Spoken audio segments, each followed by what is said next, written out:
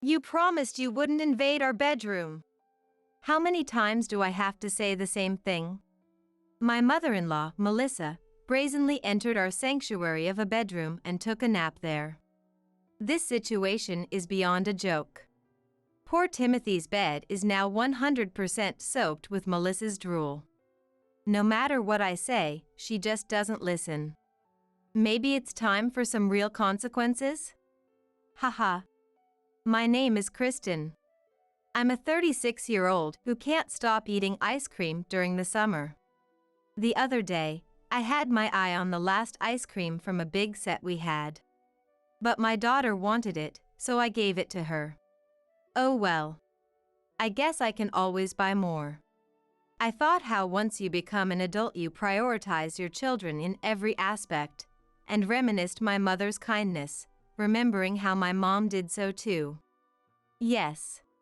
Moms typically sacrifice their needs for their children. I never thought a mother would put herself first over her kids. Until I met Timothy's mom. Why do you treat me like an outsider in my own family? Melissa said, covering her face and starting to cry. This was about 10 years ago. Timothy and I had just gotten married, and we were planning to buy a house after moving out of our apartment. Melissa heard about it and said, I want to live with you too. I didn't have a bad relationship with her, but it wasn't particularly good either. The reason was simple. I had just gotten married and hadn't spent much time with her. Therefore, I didn't know her well and didn't have any intention of getting too close too quickly. I hoped we could maintain a moderate distance. But when she started crying and demanding to live with us, it wasn't something I could easily ignore. I've been living alone for so long. It's been 10 years since I lost my husband. I thought when you got married, we'd become a family, and I'd finally have someone to live with. Don't you feel sorry for an elderly woman living all alone? Why are you buying a house assuming I'll live alone? Melissa pleaded with tears streaming down her face. However, I couldn't feel sorry for her. Neither Timothy nor I had ever said, we're considering living together.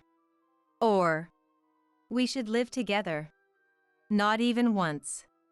We never intended to live with her at all. Yet in Melissa's mind, she thinks we'll propose living together. I can understand feeling lonely living alone, but when she so assertively says, living together is only natural, it makes me not want to do it at all. We're trying to get used to being a married couple. If you're here, we wouldn't be able to relax and enjoy our married life. Please, just step back. Timothy said with a heavy sigh. I completely agreed with him on this matter. After all, we just got married, and we want our alone time. But then, you two lived together before you got married. You've already spent 6 months together, that's enough. Let me join you. I was stunned by Melissa's declaration. That's enough. After just 6 months. What kind of logic is that? If we did as Melissa said, she'd end up spending more time with us than we did as a couple. So, does that mean after 6 months with Melissa, it would be okay to kick her out, saying, it's been 6 months, so that's enough? Well, no, it wouldn't. Living together before marriage and after getting married are different. If you're lonely, why not live with Laura and her husband? They invited you to stay with them for Christmas, didn't they? Melissa's face soured. Why are you being so mean? As she replied to Timothy. With all due respect, her mannerisms felt overly cutesy for her age. I realized for the first time that she might be a type of person I find difficult to deal with. Laura's husband Brian hates me.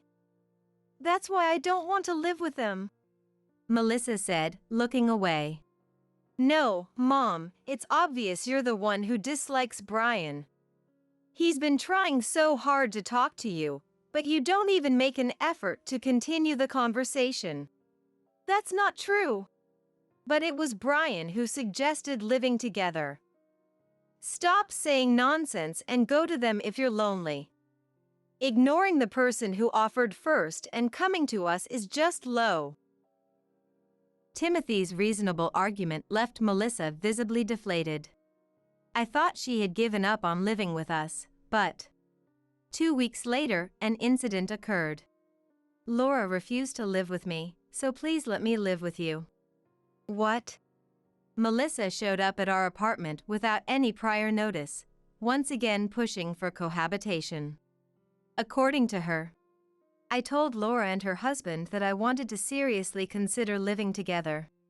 To which Laura responded, "We don't want to live with you." But from what Timothy had heard, Laura and her husband had been open to Melissa living with them. Timothy found this suspicious as well. Should I ask Laura why?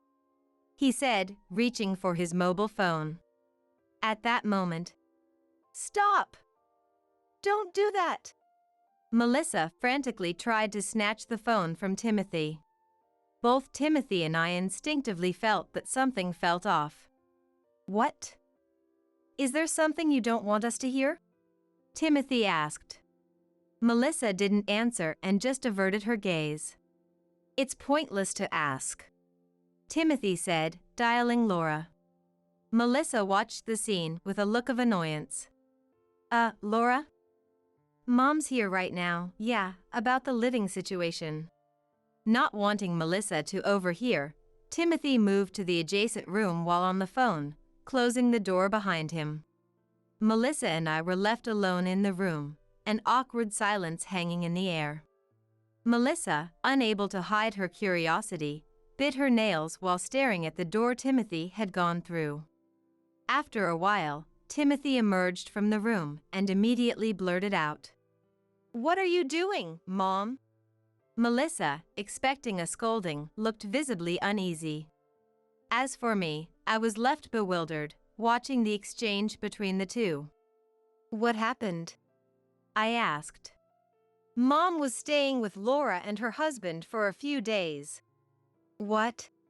But apparently, in just those few days, she said so much that it drove Brian nearly crazy.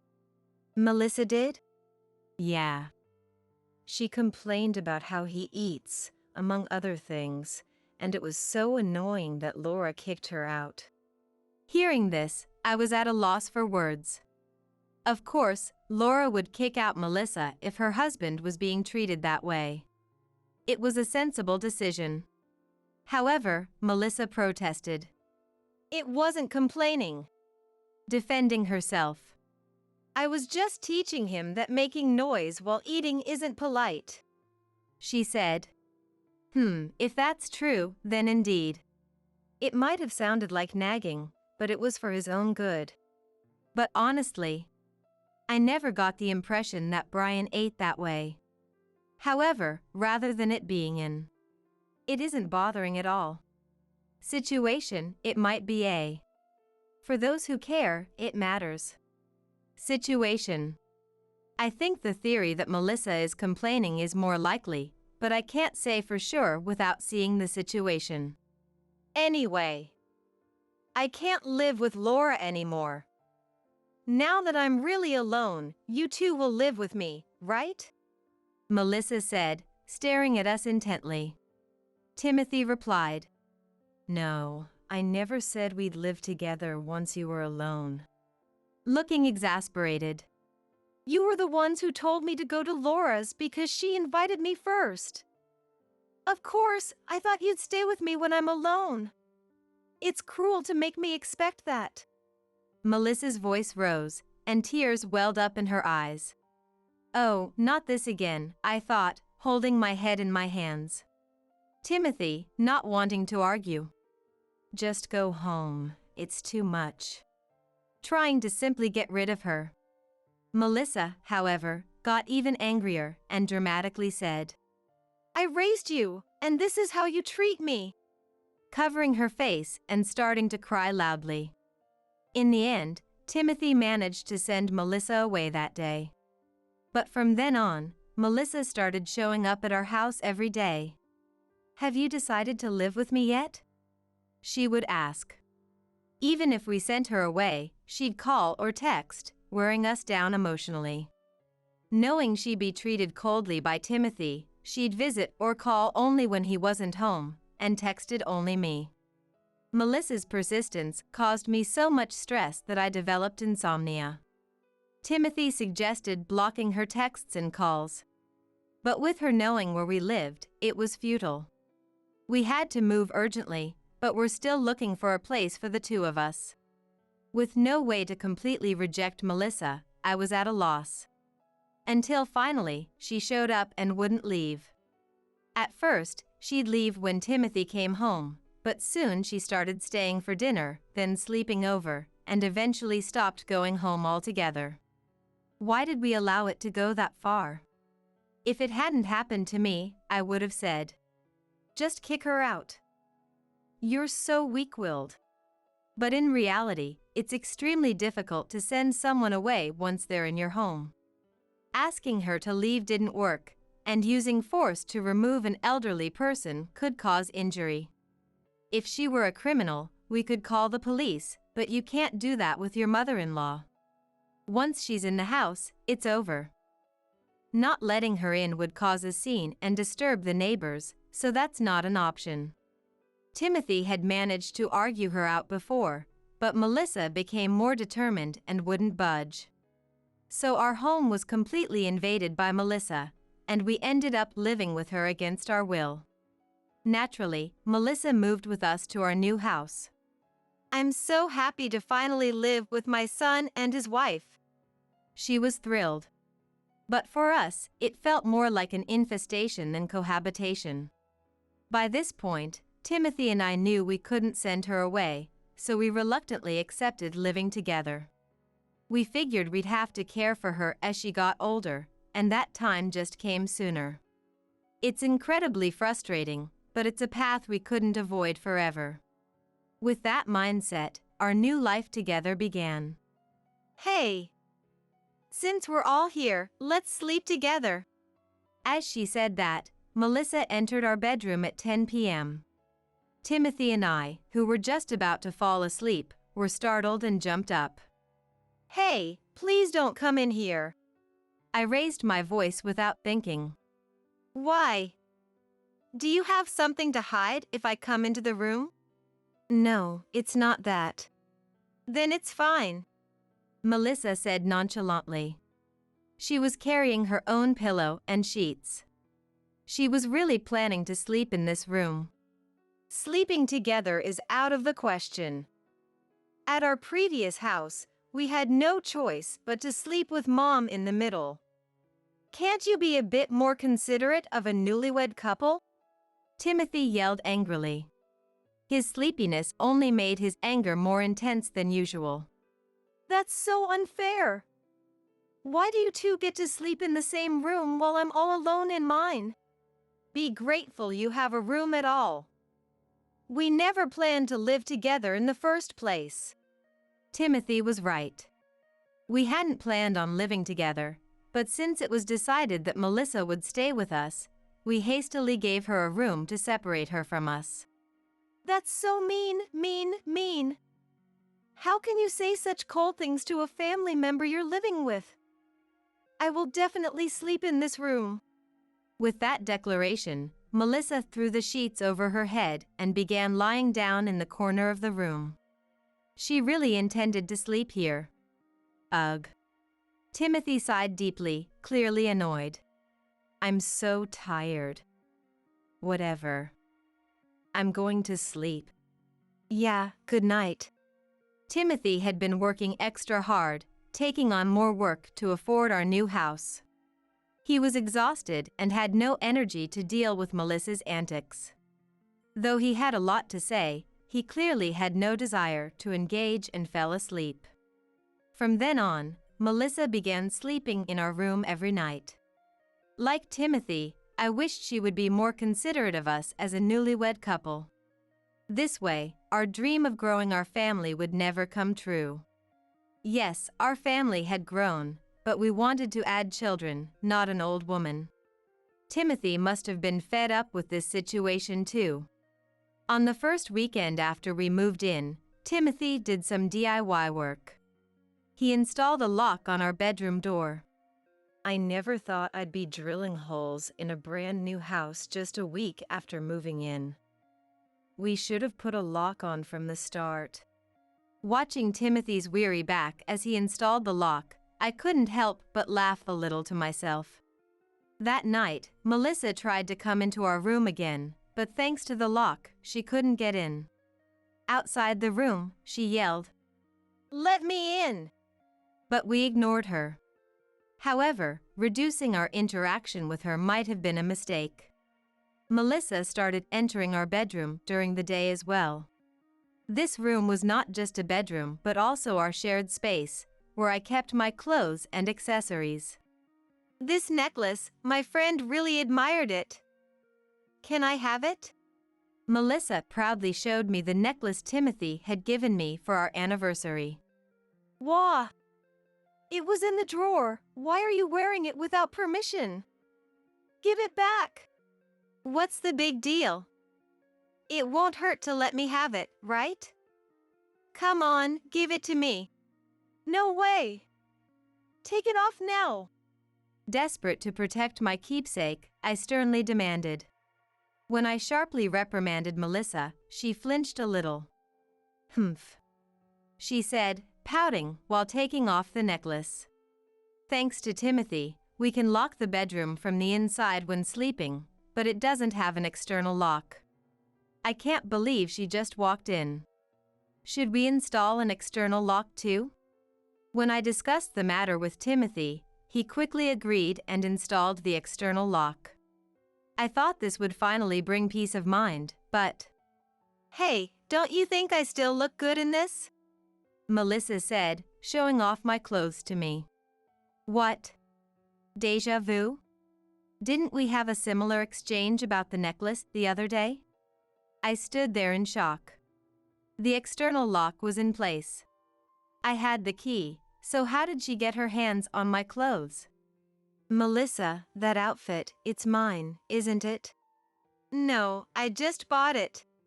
"No, the frayed hem on that skirt matches mine exactly."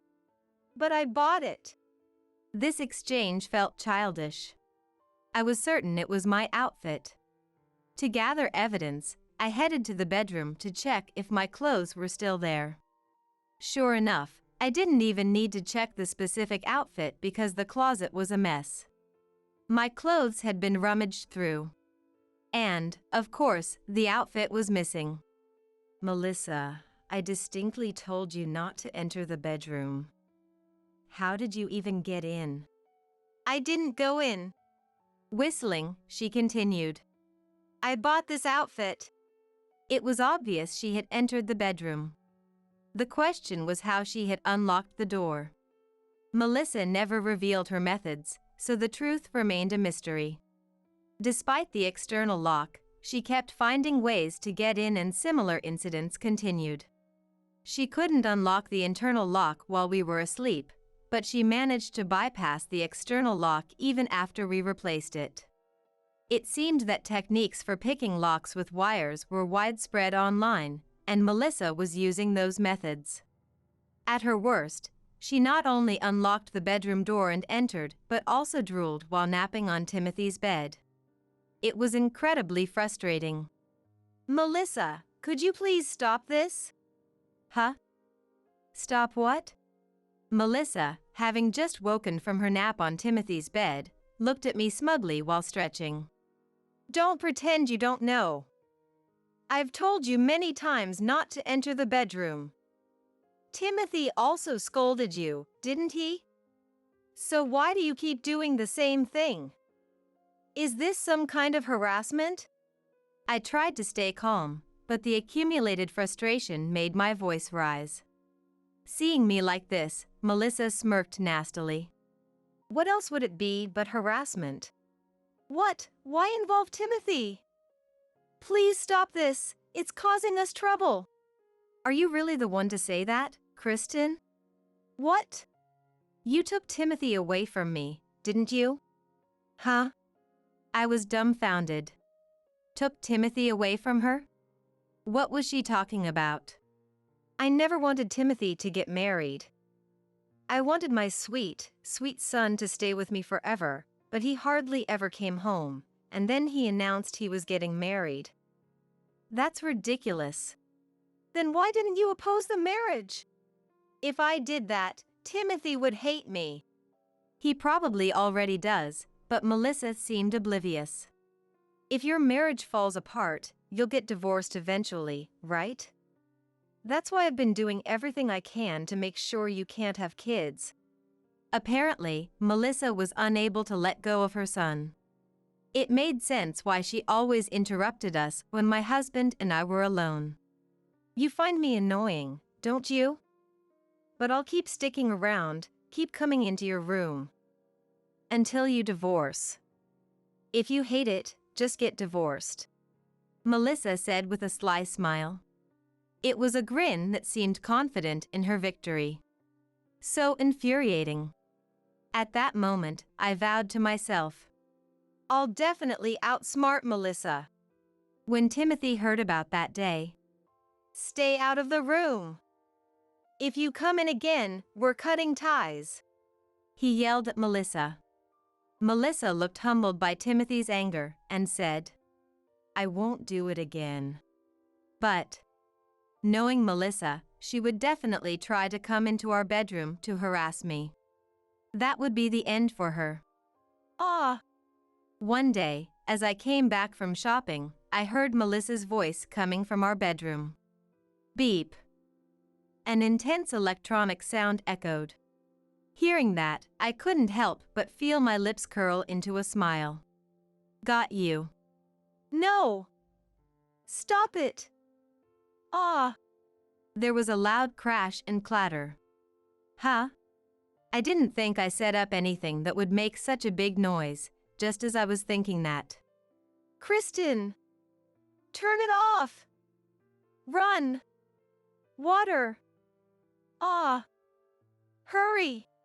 I had no idea what she was saying. I stood there blankly when Melissa, who had fallen down the stairs in her panic, get me outside now! Crawled towards me and screamed. At that moment, there was a loud boom from the bedroom, and the smell of something burning wafted through the air. Oh no? Something unexpected is happening. Realizing the danger, I decided to get Melissa out of there and fled outside. Call the police! Fire department! Melissa shouted. I had no idea what was going on. But it seemed our house was on fire. Through the bedroom window, I could see red flames flickering. As Melissa suggested, I called the fire department and police, and then something shocking came to light. Actually, that day, to scare Melissa, who kept sneaking into the room, I set up a trap that would trigger an alarm when the door was opened. On top of that, a toy snake would spring out. I even planned to record it and confront her later with, "You came into the room, didn't you?" But Melissa was terrified of snakes. She thought the toy was real, and in her panic, she grabbed a nearby deodorant spray and lit it with a lighter. According to her, I wanted to scare the snake. But it was midsummer, and the spray can was heated, causing it to explode. Come on, using spray and fire together, anyone would know that's a bad idea. Not only did the police laugh for overdoing it, but it's good you didn't involve the neighboring houses. As an adult, you should know how to handle fire. They scolded her harshly. It's not my fault. The room looked different, so I was surprised. I'm not to blame. Yes, it's all Kristen's fault. The fire is because of Kristen. Desperately trying to plead her innocence in front of the police and fire department, Melissa looked frantic. Everyone there couldn't help but sigh. She shows no remorse. Trap? I don't know what you're talking about. But I did tell you not to go into the bedroom, right? It was a blatant lie, but a necessary one. Melissa didn't seem to realize I was subtly changing the subject and looked pale at my remark.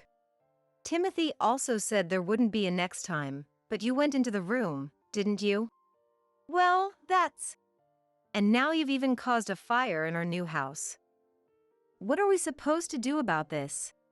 As I was demanding an explanation, Timothy rushed over, just coming home from work. I heard a commotion and realized it was at our place, Timothy said. Melissa managed to set the house on fire. What? Melissa trembled as she listened to the exchange between Timothy and me. Mom, you've already caused us so much trouble, and now you've started a fire? It's not what you think. It was an accident. You snuck into our bedroom and accidentally set a deodorant spray on fire, didn't you? Melissa fell silent at my words. Timothy, exasperated. That's not an accident. That's negligence, said. The police standing nearby nodded in agreement. What's going on here? You forced yourself into our lives, and now you've burned down the new house I worked so hard to buy? No, Timothy.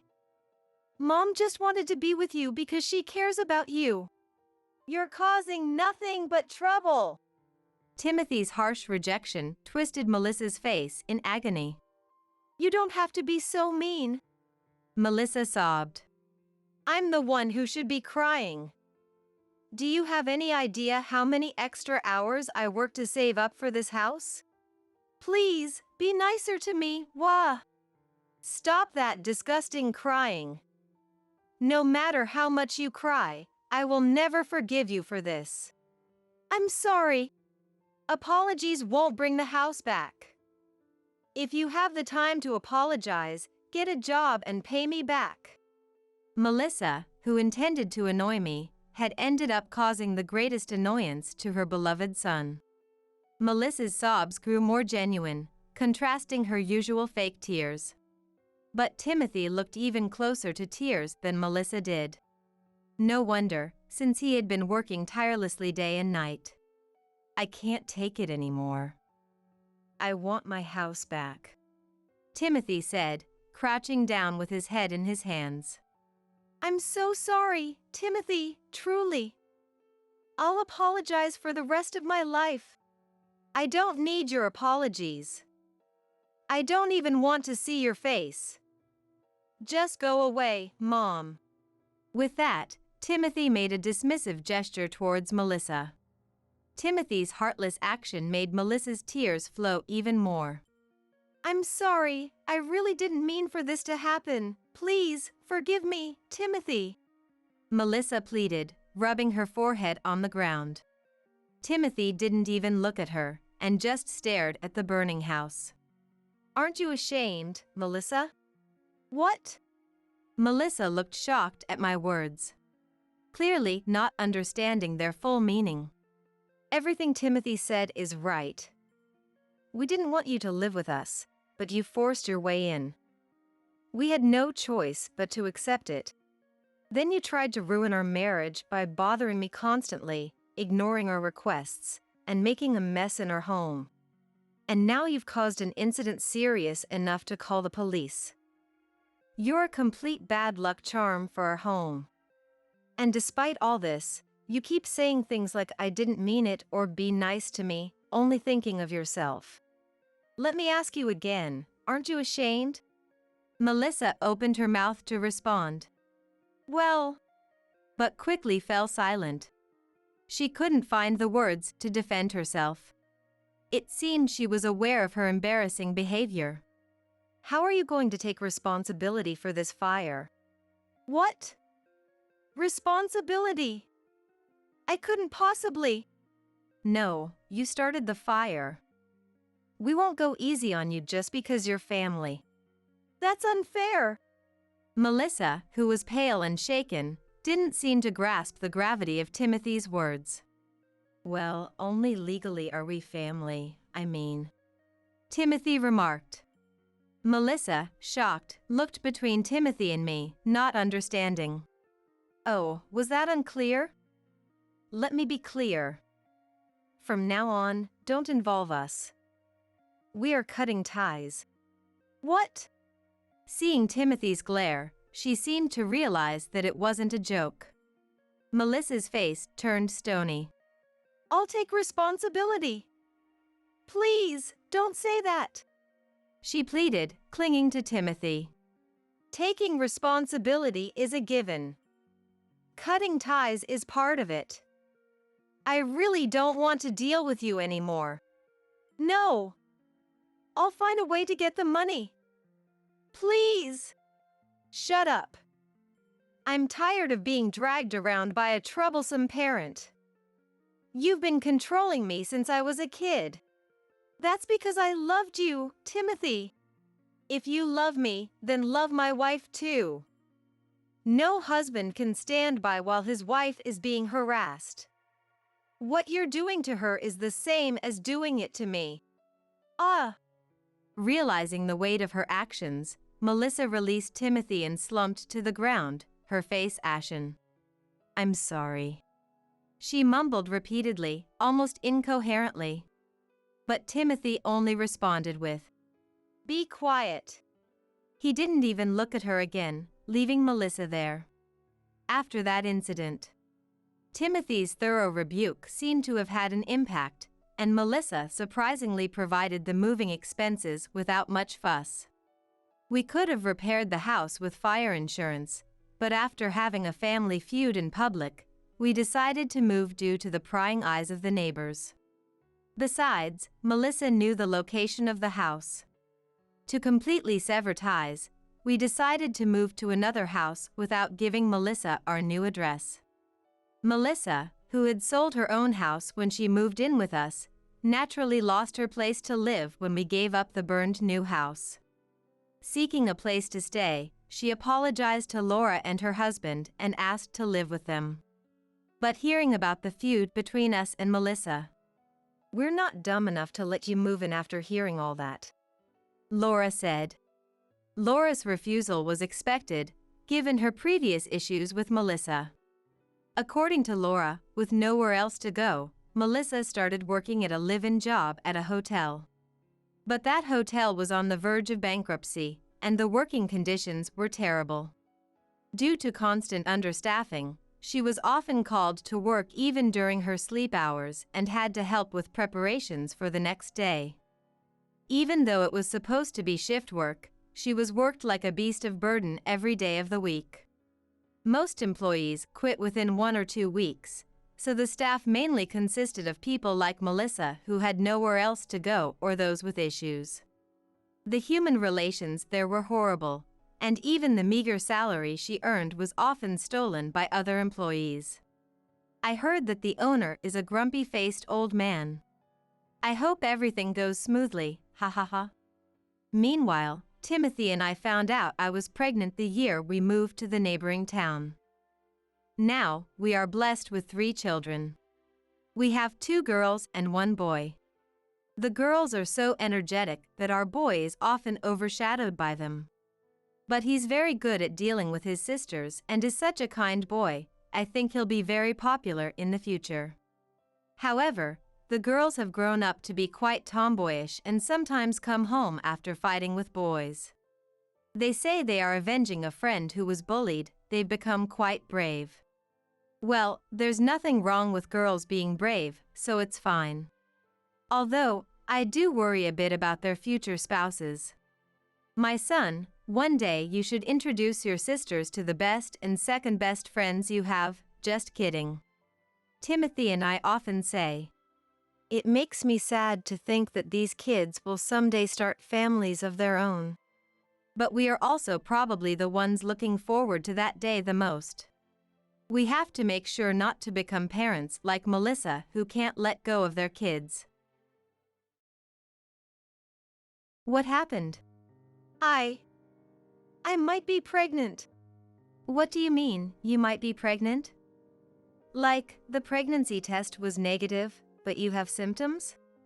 I haven't taken a test yet. I heard it doesn't show up until you're like, for weeks along. But I'm already having really early symptoms. There's blood in my discharge, and I've been nauseous and running a fever. What do you mean by really early? How's that different from just early?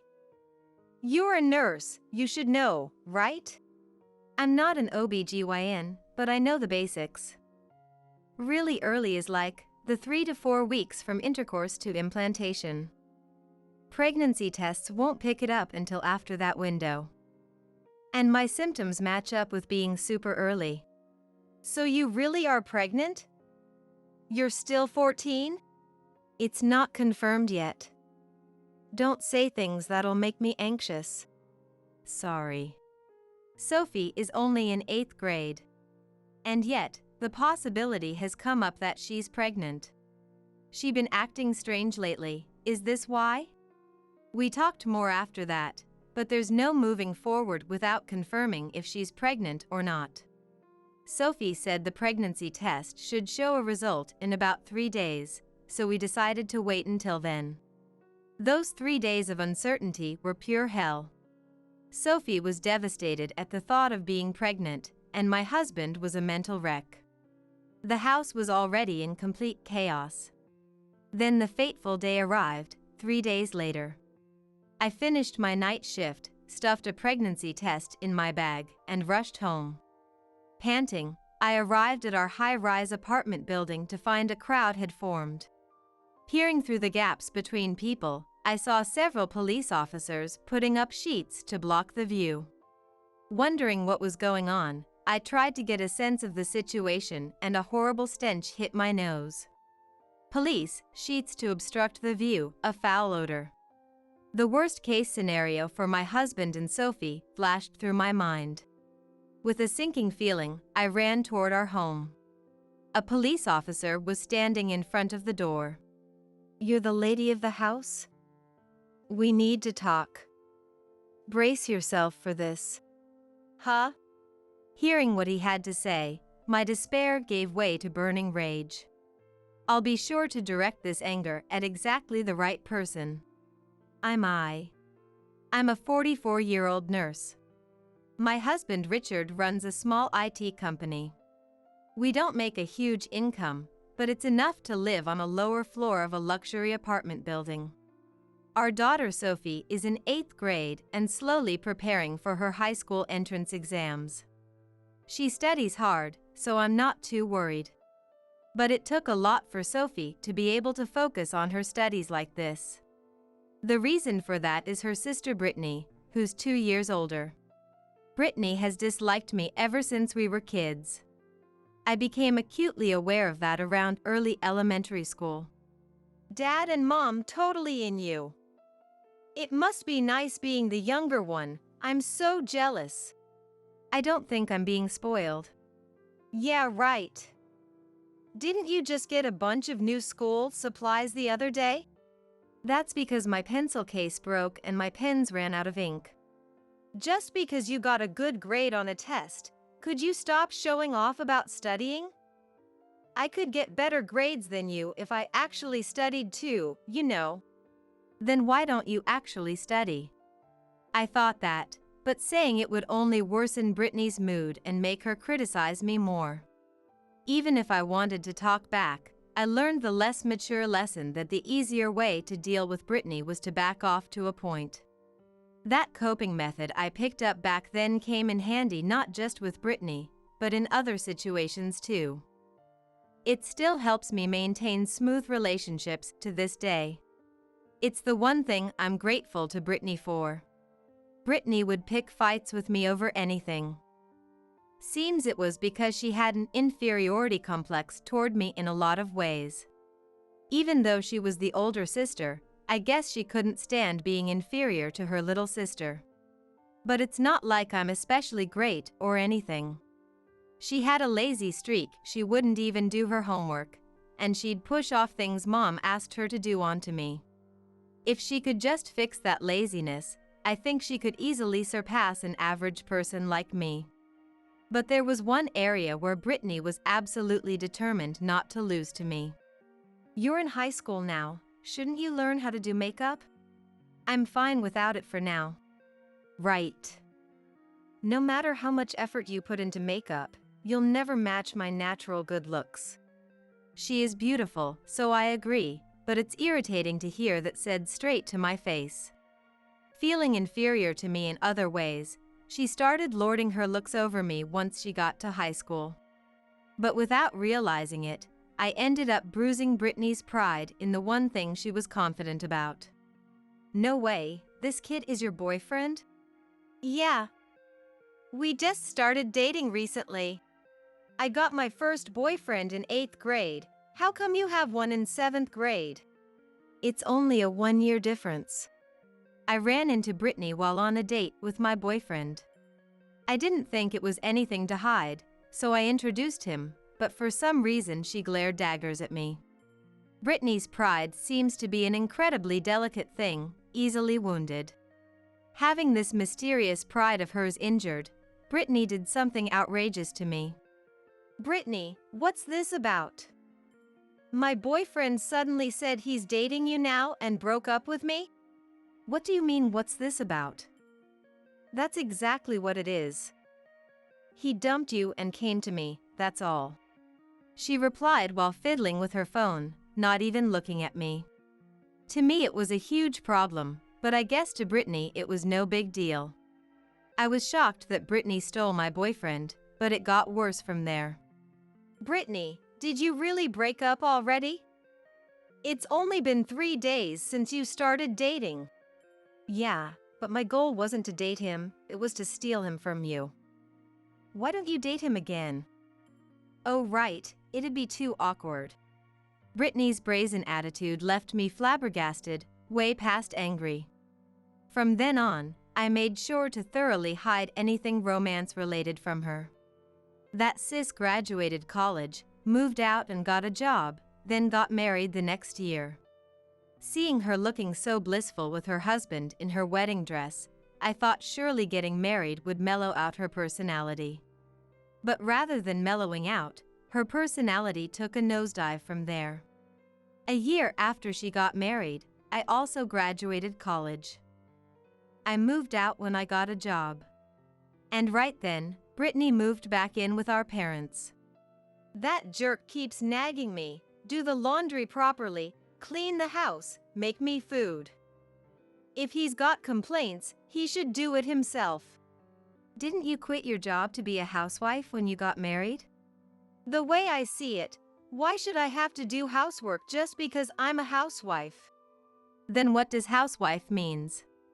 She said it so matter-of-factly that I almost thought I misunderstood the meaning of the word. She ended up getting divorced after just a year of marriage. Divorce isn't that rare, and I don't mind her moving back home. But I felt uneasy about moving out and leaving Brittany there. Don't worry about Dad and Mom. I'll take care of them. In exchange, I'm getting all the inheritance. When I left home, Brittany saw me off at the door, waving and smiling. I'd like to think she was joking, but considering everything up until now, it's scary that it doesn't sound like a joke.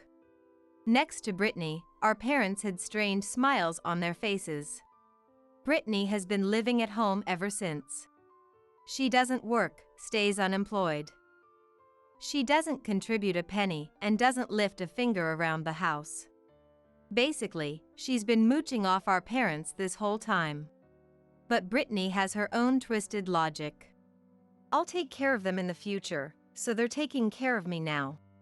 Every time I visited home, that was her pet phrase. How very reliable of her. 6 years after I started working and Brittany got divorced. I married Richard.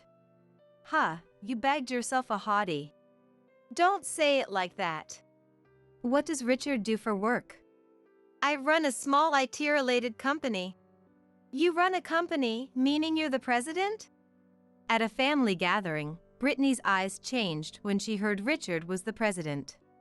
It's not like I intended to hide it since it would come out eventually, but I had a feeling nothing good would come from Brittany knowing Richard was the president. So I tried not to mention it, but Brittany finally found out. Sure enough, Brittany made her move. Hey, I got a minute? What's up? One night, Richard called me over to the living room sofa with an uneasy look. As I sat down on the sofa, Richard showed me his phone's line messages. "What's this about?" I've been trying to avoid her tactfully so it doesn't hurt our family relationship, but she won't back off. She even ambushed me near my office the other day. Told me to get in her car so she could drive me home. So did you get in the car? No, that time I said I had somewhere to be and declined. Looking at Richard's line, there was a flood of messages from Brittany. Most of them were invitations to meals. The incident from high school, when she stole and quickly dumped my boyfriend, came rushing back. Brittany was clearly up to no good with Richard. I'm so sorry. I apologized to the dejected Richard on behalf of my family member. A few days later, I got screenshots of the line messages from Richard and headed to my parents' place. Aren't you too old for this embarrassing nonsense? What embarrassing nonsense? I was just trying to get closer to Richard since he's family now. I called a family meeting at my parents' house, but Brittany looked unfazed even when shown the line screenshots. It was bad enough when she stole my boyfriend, but this time she went after my husband. Meaning she had tried to cheat with him. Seeing no remorse on her face and not a word of apology, I got fed up. Enough already! Can't you stop messing with me just because you don't like me? Stop with the paranoid delusions. It's not a delusion. You targeted Richard and failed, right? You're 30 now. You're not young enough to draw men in with your looks anymore. Excuse me? I slammed the table and got in Brittany's face, then she slammed the table too and snapped back, enraged by my words. Our parents were shaken up by our fighting. In the end, Brittany stuck to her claim that she just wanted to get closer to Richard as family. So Richard and I told her we had no desire to get chummy with her, and made her promise to keep her distance from us as a couple. Hearing us out, our parents looked so sad it made my heart ache, but I couldn't forgive her this time. 2 years after cutting ties with Brittany, our daughter Sophie was born. With Sophie's birth, we needed a bit more space, so we decided to move to a high-rise apartment building. It was a high-rise, but we got a low second-floor unit so the rent was cheaper than the higher floors. But the cheap rent wasn't the only reason we chose the second floor. In the high-rise we moved to, the residential units start from the second floor. So when Sophie gets a bit older, we won't have to worry about her uniquely loud kid footsteps bothering downstairs neighbors. And even on the second floor, we can use the building's rooftop garden, pool, and other facilities. The second floor was just right for us in many ways. After we finished moving, my parents came over for a housewarming. That's when they asked me to make up with Brittany. Ever since the explosive argument with her sister Brittany, I has barely exchanged a single word with her, only catching a glimpse of her face when visiting their parents' home. When little Sophie was born, it seems she was shown photographs by their parents, but she has yet to meet her precious niece in person. Even with the recent move, Brittany was treated like an outcast, left out of the loop, and seen to be drowning in loneliness. I, deciding that Brittany had likely reflected on her past actions, extended an olive branch and invited her over to their new home. I'm truly sorry for all the trouble I caused before. I understand. Let's put it behind us. Are you okay with that too, honey? I asked, turning to her husband. Yeah, I've got no issues with it. Richard replied, his tone neutral. When Brittany arrived at I's doorstep and saw the couple's faces, she immediately launched into a deep, heartfelt apology. She seemed far more repentant than I had anticipated, so right then and there, I and Richard decided to bury the hatchet regarding the incident where Brittany had tried to steal Richard away. After cooing over Sophie's adorable face and taking a quick tour of the house, I and Brittany made their way to the rooftop garden, just the two of them. Wow, it's like a mini park up here. And the view is simply stunning, Brittany exclaimed, her eyes wide with wonder. Brittany grabbed onto the wire mesh fence with her hands, frolicking about like a giddy child as she soaked in the breathtaking view from the rooftop. Be careful. That's dangerous, I warned, her voice laced with concern. Oh, don't worry, this fence is incredibly sturdy. And it's quite high too. But you know, since it's wire mesh, you could probably climb over it if you really wanted to. It almost feels like with this, you could just spread your wings and fly away whenever life gets too tough to handle. Brittany mused, a wistful smile playing on her lips. It seemed that Brittany hadn't changed one bit. She was probably just joking around, but the way she said things that didn't quite sound like jokes while flashing a grin was unsettling. I returned Brittany's beaming smile with a strained, polite one of her own. Later that evening, after Brittany had left, I received a call from their parents. I'm telling you, those are just wild accusations that Brittany is making up on her own. None of it is true, I insisted, her voice rising with each word. It turned out that Brittany had gone home and spun all sorts of tall tales to their parents, a mix of truth and fiction. She claimed that the reason I and Richard had chosen a lower floor in the high-rise instead of a higher one was that Richard's company was in financial trouble. Brittany alleged that Richard had racked up a mountain of debt that was still snowballing out of control.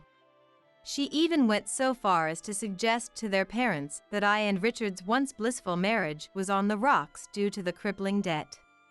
Of course, none of it was true, and I vehemently denied everything. But it seemed that Brittany had anticipated I's denials and preemptively warned their parents that I would try to hide the truth. As a result, their parents bombarded I with questions like, "Tell us the truth. What Brittany is saying is all lies, right?" And remained skeptical of I's explanations for quite some time. It appeared that Brittany was up to her same old tricks, and her initial apology had been nothing more than a superficial act. After reconciling with her for just one day, I promptly banned her from their home. But even after that, she continued her troubling behavior, occasionally spreading bizarre rumors about us and persistently trying to contact them to see Sophie despite being explicitly forbidden from doing so. While these incidents were bothersome, they could have been brushed off and ignored. However, when Sophie was in the 4th grade, her actions took a far more serious turn. "Sophie! Where on earth have you been out so late?"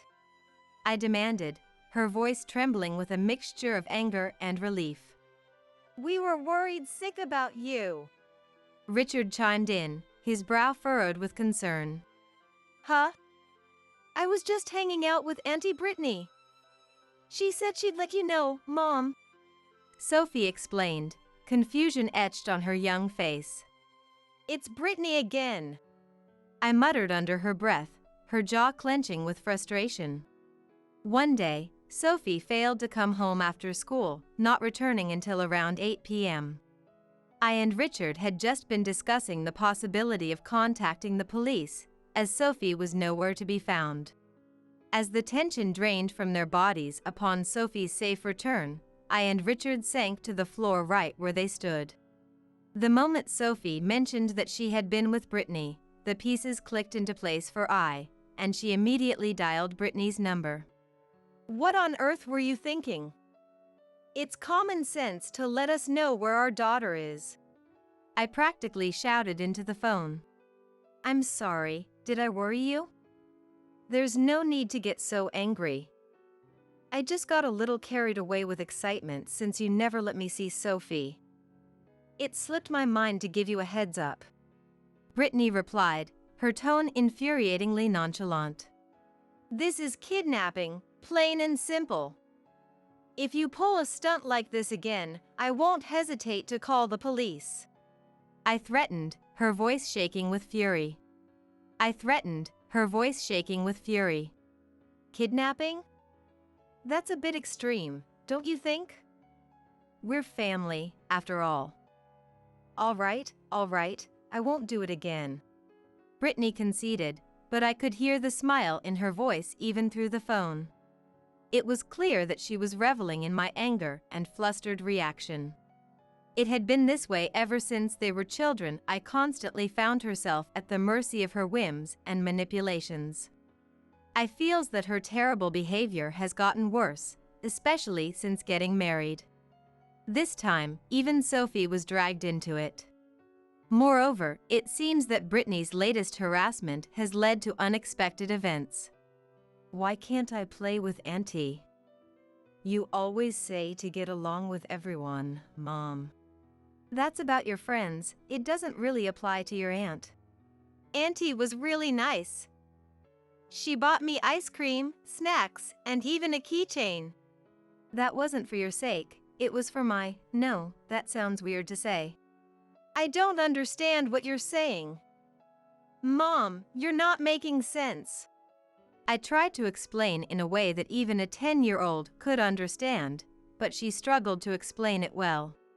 It seems that Sophie had so much fun playing with Brittany that she grew attached to her. However, I couldn't let Brittany and Sophie be together. She tried to explain this, but it made I look like the bad guy who was being mean to Brittany. Eventually, albeit reluctantly, Sophie understood that she shouldn't play with Brittany. 3 years later, Sophie entered 7th grade. While there were no more major incidents like kidnapping, Brittany's small attacks continued. However, their relatives had already determined that all the stories Brittany spread about I were misinformation, so I and Richard no longer needed to clear up misunderstandings. But as the hassle of dealing with Brittany slowly decreased, another problem emerged. I heard you're not going to club activities. Yet you come home late. Where are you going and what are you doing if not to club? What does it matter where I am? Just leave me alone. How can I leave you alone? Aren't you worried that something might happen? Stop nagging. Nothing's wrong. I'm fine. Sophie had clearly entered adolescence. You're loud and you stink. Before leaving the living room, she yelled at the worker cleaning the exterior walls and stomped off to her room. When I apologized to the worker outside the window, he slightly lifted his helmet and greeted her with a smile. Looking up, I felt embarrassed and immediately fled back into the house. I feels that Sophie's change in attitude started around the time she got a boyfriend. As soon as she entered middle school, Sophie got a boyfriend, breaking me and Brittany's record for their first boyfriend. I wondered what middle schoolers do when dating, but it seemed they walked home together and went out cycling on weekends. She found their innocent dating style endearing. However, shortly after getting a boyfriend, Sophie started skipping club activities to hang out, staying out from noon until night on weekends, and coming home after eating dinner out. I scolded her many times, but the more she scolded, the more it backfired, which is common for children going through puberty. I and Richard were at their wits' end with Sophie. It seems she's not studying at all. And she's quite sloppy with how she spends her allowance. But scolding her has the opposite effect. Instead of scolding her each time, maybe we should wait a while, watch the situation, and scold her when the timing is right. Is it really okay to take such a leisurely approach? Adolescence only lasts a short while, right? And at her core, Sophie is a serious kid. She'll go back to being an honest girl soon. I hope you're right. Richard has a gentle personality and I has never seen him get angry at her. I wanted him to scold her strictly like a father should, but it seemed she couldn't expect that from him. As Richard suggested, from then on I tried to scold Sophie little by little while observing her behavior. However, this may have been a mistake. Perhaps thinking she wouldn't be harshly scolded no matter what she did, Sophie's attitude didn't change even after a year. Sophie, you're already in 8th grade. Isn't it about time you start thinking about entrance exams? You understand that, right?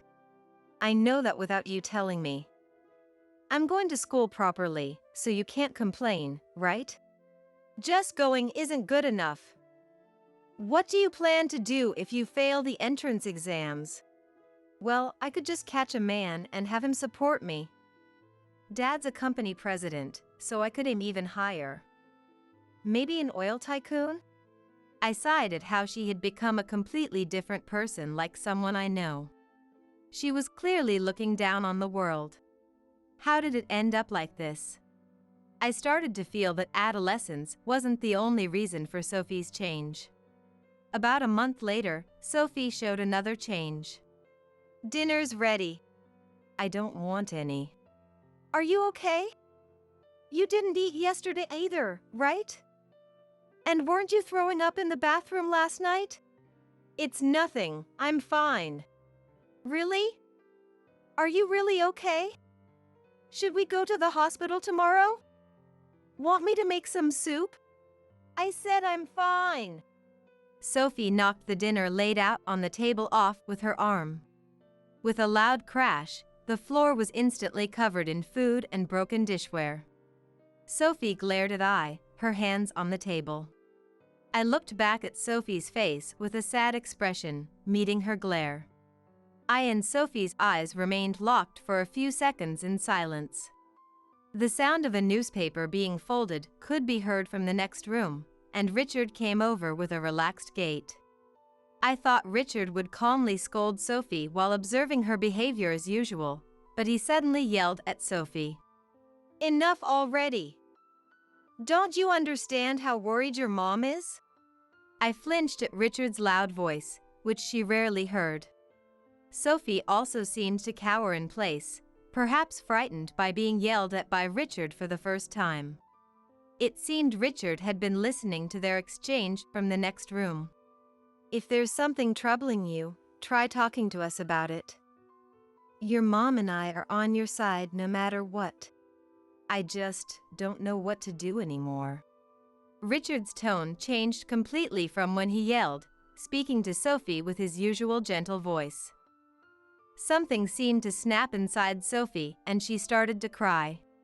I and the others moved from the dining room to the living room and had Sophie sit on the sofa to hear her out. What happened?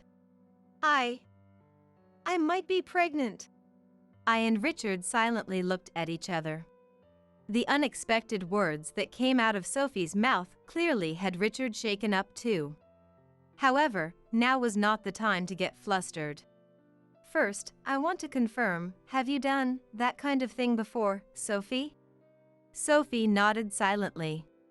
With your boyfriend? Sophie nodded silently again. I had a few more questions about the act itself, but any more might be too much for Richard to handle mentally. I hadn't checked Richard's expression, but she could imagine it was probably quite a sight. What do you mean you might be pregnant? Like, you took a pregnancy test and it was negative, but you have pregnancy symptoms? I haven't tried a pregnancy test yet. Those don't show a reaction until around 4 weeks into the pregnancy, right? But I already have very early symptoms. There's blood mixed in with my discharge. I have nausea. My body temperature is high. What do you mean by very early? How is that different from just early? You're a nurse, so you should know, right?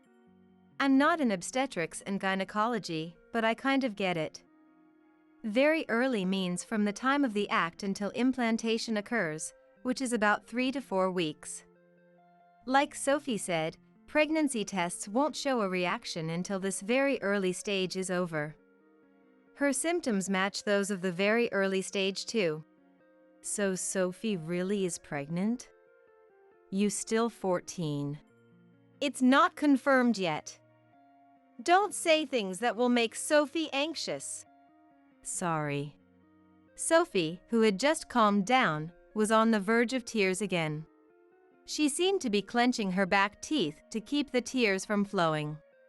You sure know a lot about pregnancy tests and the very early stage. I looked it up online. Why did you do that kind of thing with your boyfriend? One of my friends had already done it. When I asked about it, everyone said they wanted to experience it soon too, and it turned into a competition of sorts to see who would do it next. Sophie didn't meet Ai's eyes as she answered. She likely felt remorse and regret for what she had done, but I thought Sophie couldn't meet her gaze because she was lying. There was no definitive proof. It was just a mother's intuition. However, even if Sophie was lying, they had to resolve the major problem of her possibly being pregnant first. It wouldn't be good to expand the issue right now. I decided not to pursue the matter with her.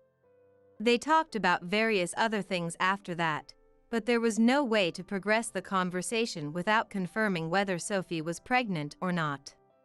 According to Sophie, it would take about 3 more days before a pregnancy test would show a reaction, so they decided to wait until then.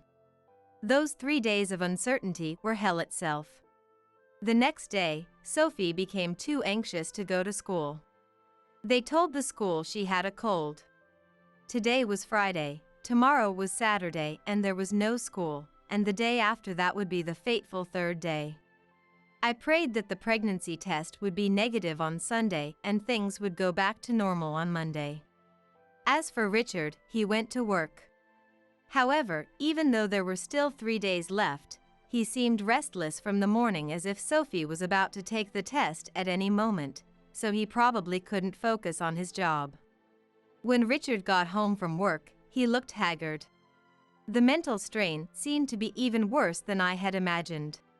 Sophie might be pregnant, and Richard's psyche was crumbling. The situation at home was already dire. On the fateful Sunday, I, who was coming off a night shift, hurried home with a pregnancy test in her bag. Arriving out of breath in front of the high-rise apartment building, she saw that a crowd had gathered for some reason. Peeking through the gaps between people, she saw several police officers putting up sheets to block the view. Wondering what had happened, I observed the situation and caught a whiff of a nose-wrinkling stench. A crowd, police, sheets to obstruct the view, a foul odor. The image of Richard and Sophie climbing over the fence of the rooftop garden flashed through my mind. She had a bad feeling about this. I ran towards her home. She couldn't wait for the elevator, so she dashed up the stairs.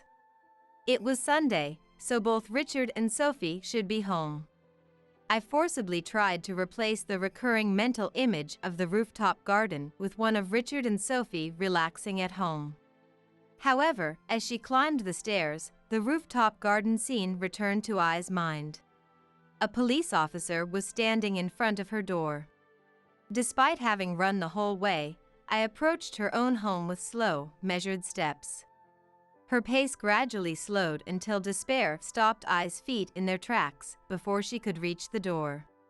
The officer, noticing Ai, walked over to her. "Are you a resident of this home? I have something to tell you. Brace yourself for what you're about to hear." "What?"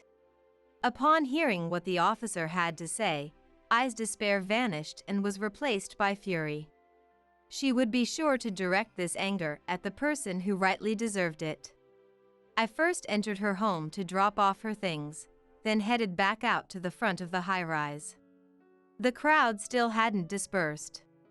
I looked around and spotted a certain individual in the crowd, grabbing them by the arm. "Whoa! You scared me." "Oh, it's you. Don't frighten me like that.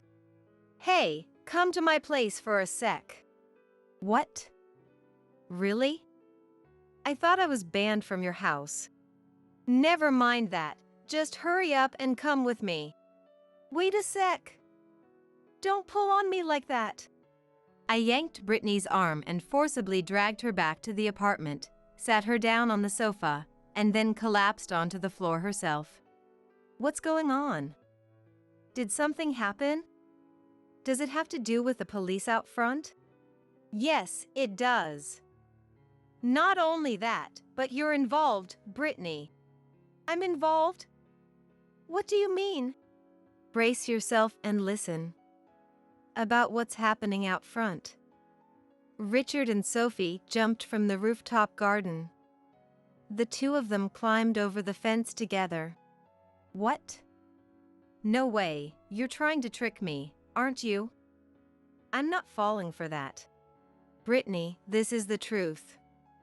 There were police gathered, sheets blocking the view, and a foul smell, right? You mean, it's really true? I understand that it's hard to believe.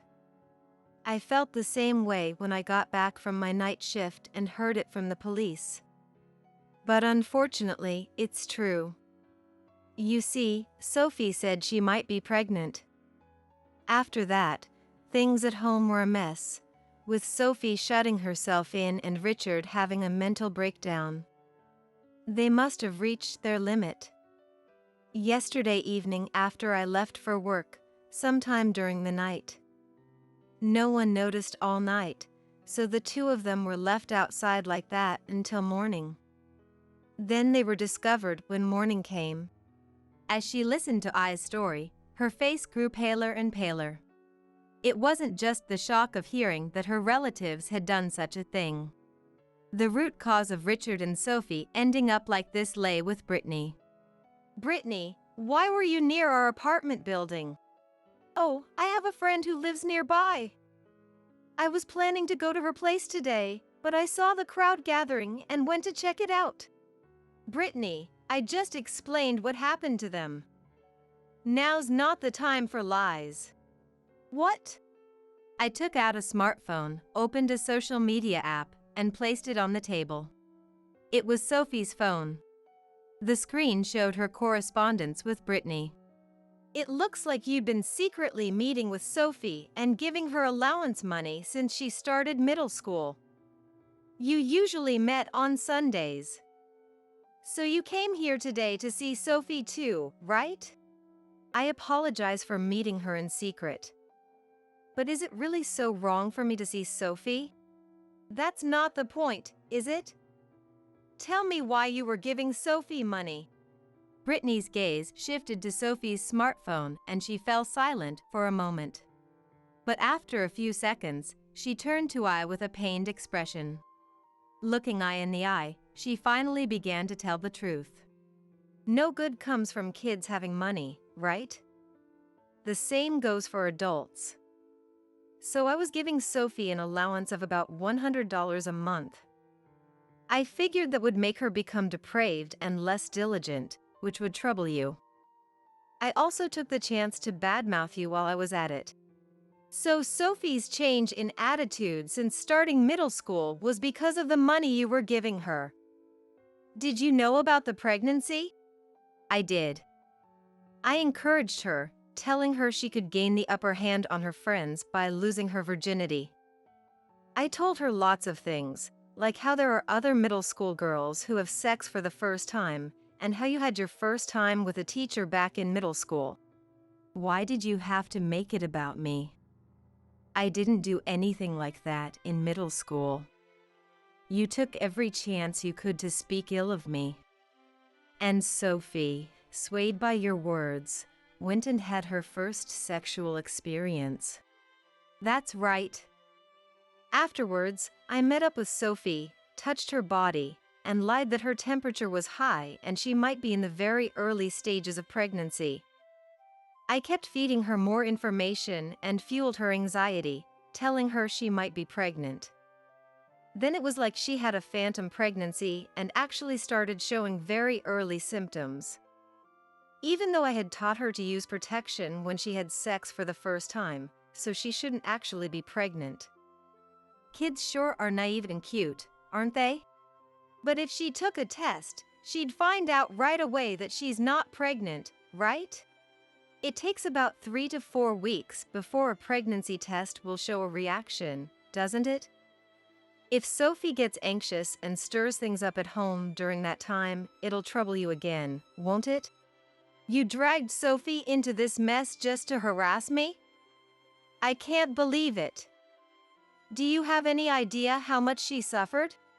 I never thought she'd be driven to this point. But thinking about it, I guess the possibility wasn't zero. A middle schooler getting pregnant from her first time. Not only for her, but the father wouldn't be able to handle it either. If either one of them said they wanted to end it, it wouldn't be strange for them to do it together. Brittany slumped in dejection. She had essentially taken people's lives, so she was likely being crushed by regret and guilt. At this rate, Brittany might do something drastic out of a sense of responsibility. It was about time to bring this to an end. It was pretty much how I imagined. Yeah, that's exactly it. Auntie, you're the worst. I can't believe you used me like that. Mom, I'm so sorry for everything. Sophie, you've been apologizing this whole time. You get that you're the biggest victim here, right? What? What do you mean? They're alive? Then what about the police out front? The stench? On cue with I's words, Richard and Sophie emerged from the next room where they had been hiding. Brittany seemed confused by the fact that the two were alive, the police out front, and the elaborate ruse they had staged. Her gaze wandered aimlessly as she looked around. I decided to explain the situation so Brittany could understand. The police out front came because of a dispute with the neighbors. Huh? I heard about the situation out front from the officers standing in front of our door. It also made me realize the connection between Sophie and you. Brace yourself for what you're about to hear. The target of this incident was you. What? What are you talking about? Recently, the management company contacted me about someone who was harassing the apartment building by throwing raw garbage at it. They installed security cameras, identified the culprit, and learned that the acts were often committed early on Sunday mornings, so they were staking the place out. Huh, raw garbage being thrown at the apartment building? And it seems the garbage was specifically aimed at your unit's balcony. What? At our place? Due to the wall and limited space on the property, it was difficult to actually get the garbage onto the balcony, so most of it ended up stuck to the building's exterior wall. The person from the management company was lamenting how they'd have to hire a contractor to clean the walls, which would cost money. Oh, so that's why there was a worker here at an unusual time. I recalled the time Sophie yelled at the worker and felt embarrassed all over again. The police provided more details after that. The culprit was a man in his 50s who lived in the neighborhood. Also, the sheets used to block the view weren't put up by the police, but by the management company out of consideration for the fact that scattered raw garbage would leave a bad impression and be visually unpleasant. It was done out of kindness, but the act of concealing the scene had the opposite effect of making people think it was a serious incident, drawing a crowd. But I don't remember doing anything to make someone hold a grudge against me. There's something I'd like to confirm about that. The police officer took a photo of I with his smartphone and showed it to the male culprit for confirmation. As a result, it came to light that the man had mistaken his target. According to him, he had apparently been tricked by his intended target. Hearing this, something clicked for I. That man got into an argument with a certain woman about a car. Something about not parking on this street. At that time, the woman told him if he had a problem with it, she lives in that apartment on the second floor in that unit, so he could come by any time. She even gave him my name. Well. So that man mistook you for her and made you the target of his harassment. That's quite unfortunate. Don't give me that transparent lie. That was you who came to give Sophie her allowance and got into trouble with the neighbors, right? Then you pushed it onto me as part of your usual harassment of me, didn't you? Where's your proof of that? When they showed the man your photo, apparently he shouted yes. It's her. She seemed to be in quite a panic. She was so flustered that it completely slipped her mind that the man had seen her face. If you were coming to our place, It's only natural to suspect you were up to something with Sophie, right? Sophie was getting money from you, so it seems she had a hard time bringing herself to talk about your secret relationship. But when I pressed her on whether you were involved, she mustered up the courage to tell me.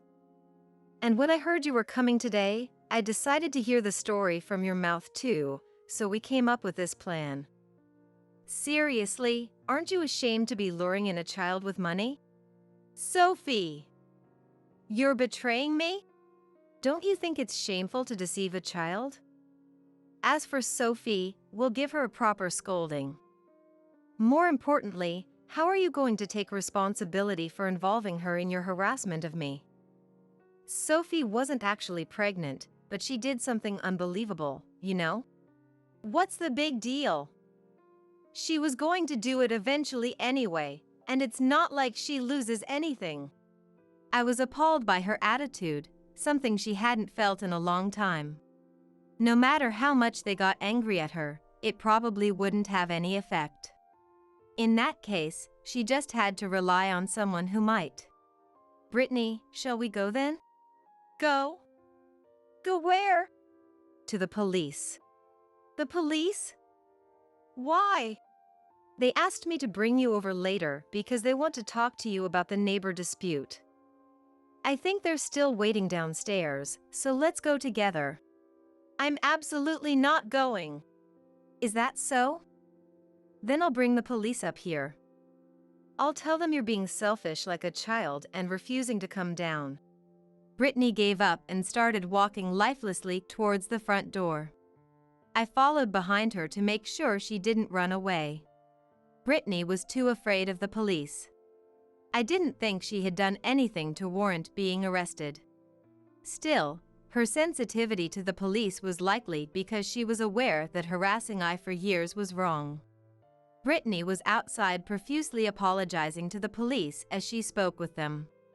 After seeing that, I returned to the apartment. Can I try this pregnancy test? Sure, you're probably not pregnant, but let's check to put your mind at ease. When they got back to the room, Sophie had regained her former honest and cheerful personality. Although Brittany wasn't arrested since she was the root cause of the neighbor dispute, she got a thorough scolding from the police. I also gave a detailed report to their parents about the incident. Their parents had hoped that the relationship between the sisters could somehow be improved, but they were furious that Brittany had involved Sophie. It seems she was kicked out of their parents' home. Now she's apparently renting a small, cheap apartment and living alone. However, Brittany had been unemployed and living with her parents' help. So at 46, she had no skills, experience, or savings whatsoever. Being cast out in that state, there's no way she wouldn't struggle to get by. Since it would be tough to live while staying unemployed, Brittany apparently tried to find a job, but in this day and age, the conditions are too harsh for a 46-year-old with no skills or experience. In the end, Brittany increased her part-time work to boost her income, but with part-time jobs, she apparently has to work from morning to night just to barely scrape by. I think Brittany should work hard to make up for all the easy living she's had until now. She may be fine now while she's still got energy, but what does she plan to do as she gets older? Well, neither I nor their parents have any intention of helping Brittany no matter what happens to her, so she'll have to figure it out herself. With this, Brittany no longer had the leeway to mess with I, and peace returned to I's life. Even though Sophie had been used by Brittany, she reflected on her disorderly lifestyle and cold attitude towards her parents. I and Richard returned the money Sophie had received from Brittany, but Sophie says she'll work part-time in high school to pay it back. It's about $1,000, which isn't an amount that can't be repaid with a high school part-time job.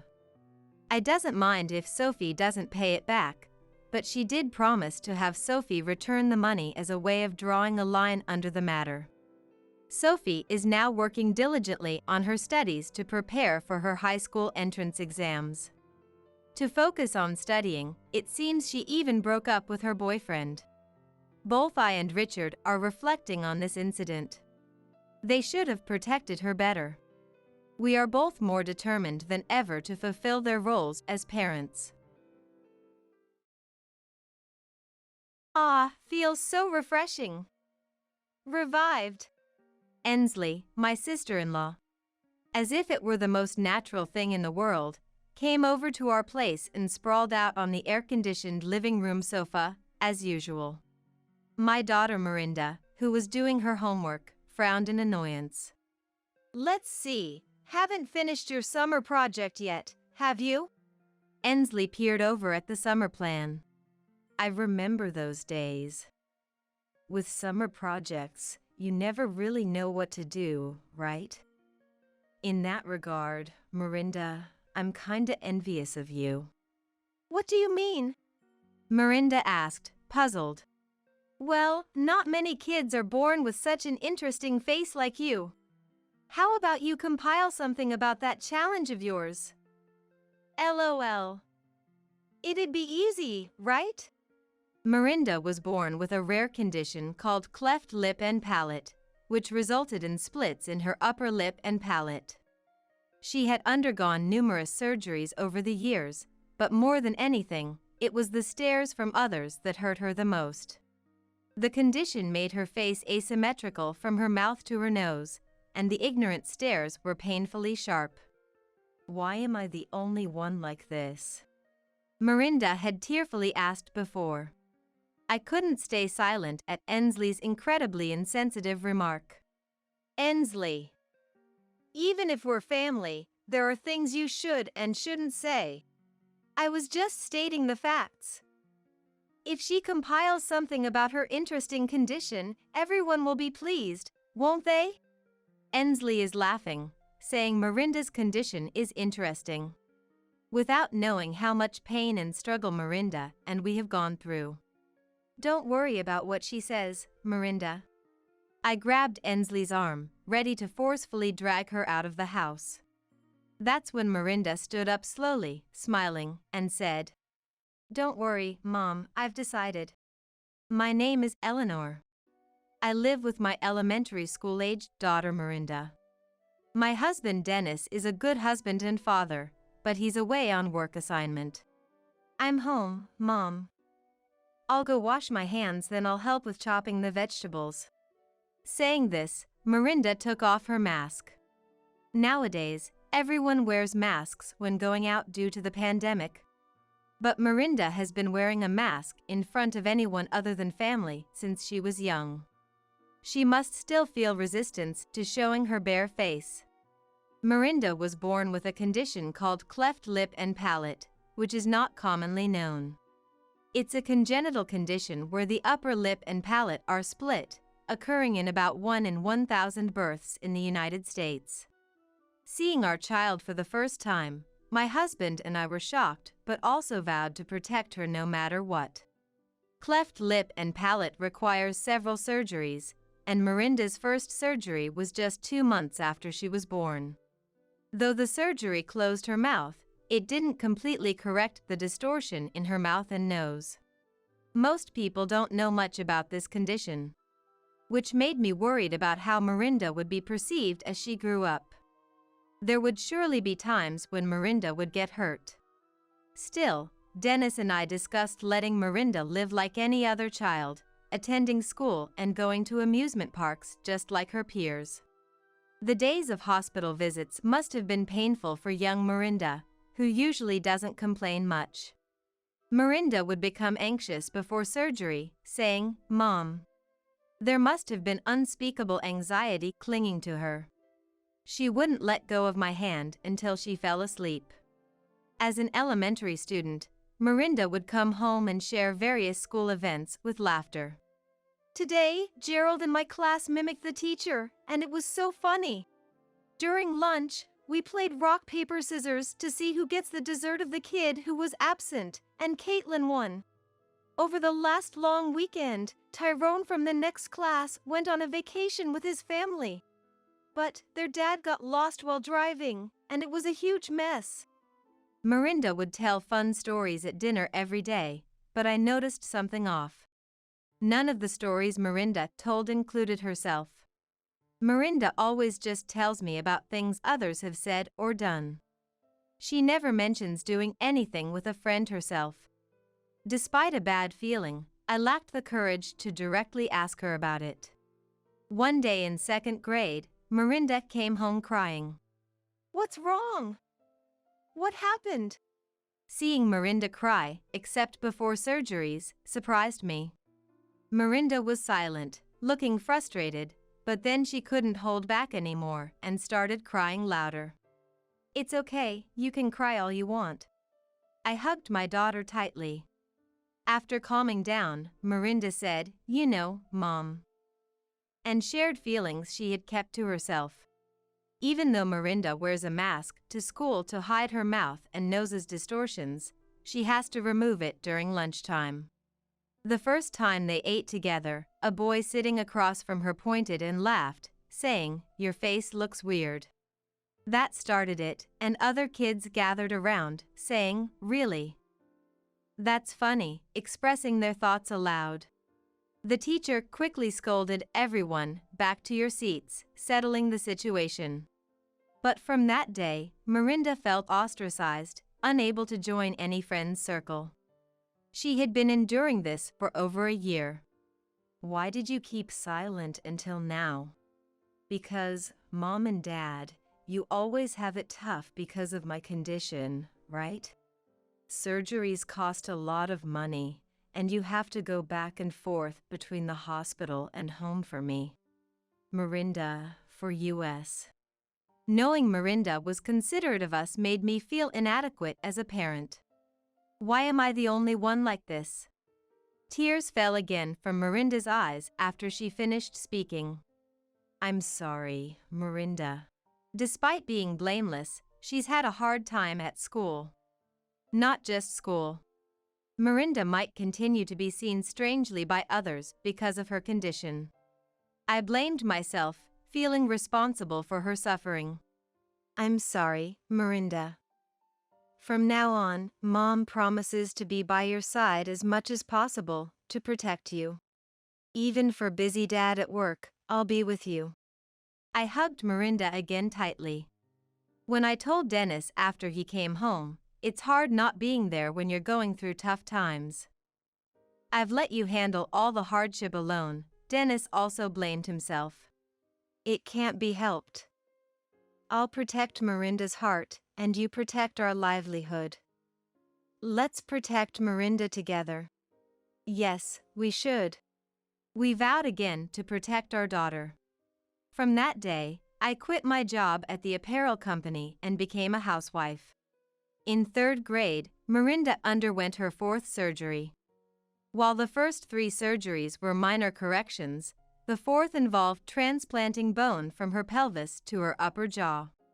It was more extensive than before, but it made the distortion from her mouth to her nose less noticeable, making her look no different from other children. However, having bone removed from her pelvis made walking difficult for Mirinda, forcing her into a wheelchair for a while. Still, Mirinda would look at her face in the hand mirror and ask with a bright, radiant smile never seen before, "Hey, Mom. Do I look prettier now?" Seeing my daughter happy and smiling without feeling self-conscious made me happy too. "Yes, you're very pretty, Mirinda." I brushed her hair and spoke to her. After a while, Mirinda began serious walking rehabilitation. She almost fell during the unfamiliar rehab, but when I tried to help, "Just watch, Mom," she scolded me. Holding onto the handrail, Mirinda grimaced with each step, "This is nothing. My face looks proper pretty now." Lucky, right, never showing any signs of weakness. "Does it hurt? Are you okay?" I couldn't help but worry and wanted to support her physically. "If you always support me, Mom, there's no point in rehab." Mirinda laughed shyly. As a result of her positive attitude towards rehab, the pain in her hips completely vanished, and she could walk on her own without needing crutches anymore. 2 years later, Mirinda was in 5th grade. There were still scars on her lips, but they were hardly noticeable and less mentioned. It seems Miranda has grown to like looking at her face in the mirror. Upon waking up, she heads straight to the bathroom and faces herself in the mirror with a smile. She used to dislike even approaching a mirror.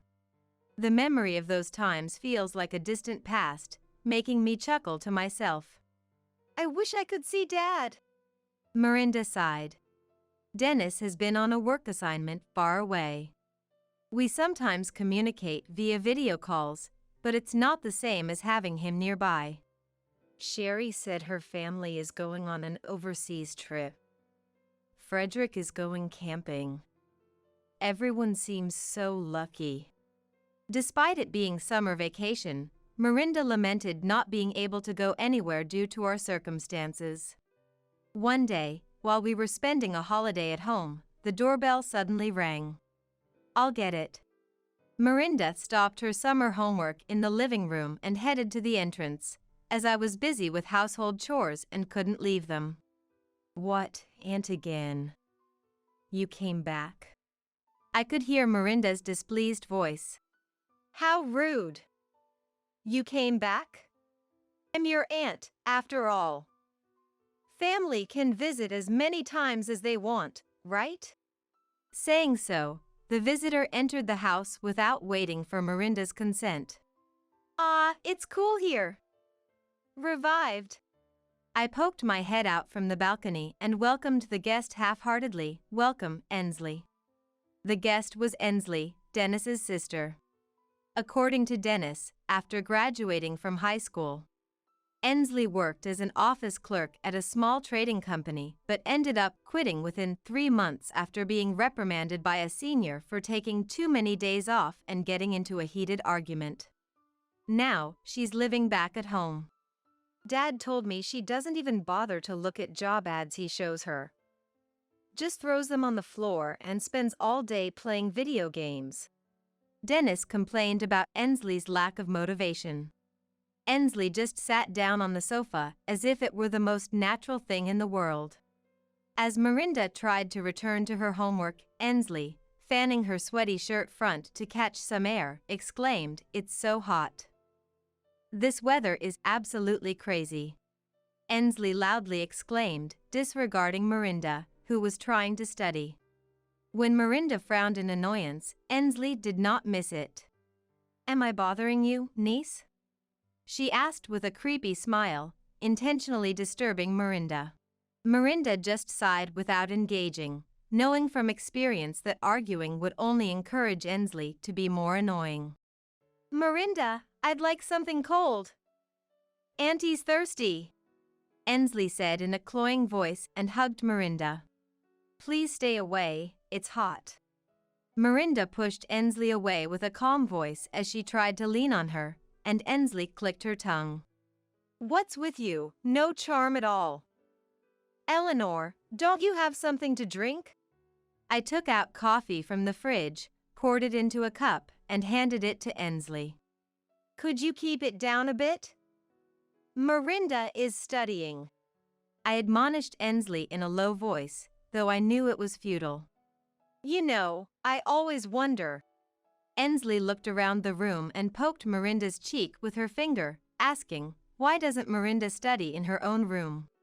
Seeing Miranda swat her hand away, Ensley laughed as if amused. To save on electricity. Miranda answered irritably. Saving on electricity. So that's why you're scrimping?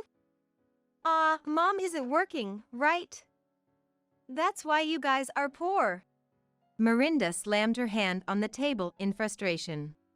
Don't compare me to someone who doesn't work despite being old enough. Are you talking about me? Wow, Miranda, that's harsh. Your mom doesn't work outside either. Always lazing around at home just like me, right? That's not true. Mom is busy being a housewife.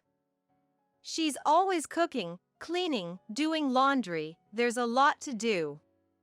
She's not lazy like Aunt. Miranda retorted with a firm stance. Really? Even Miranda is being cold to me? Listen, my parents are like, if you want to use the air conditioner so much, pay the high electricity bill yourself.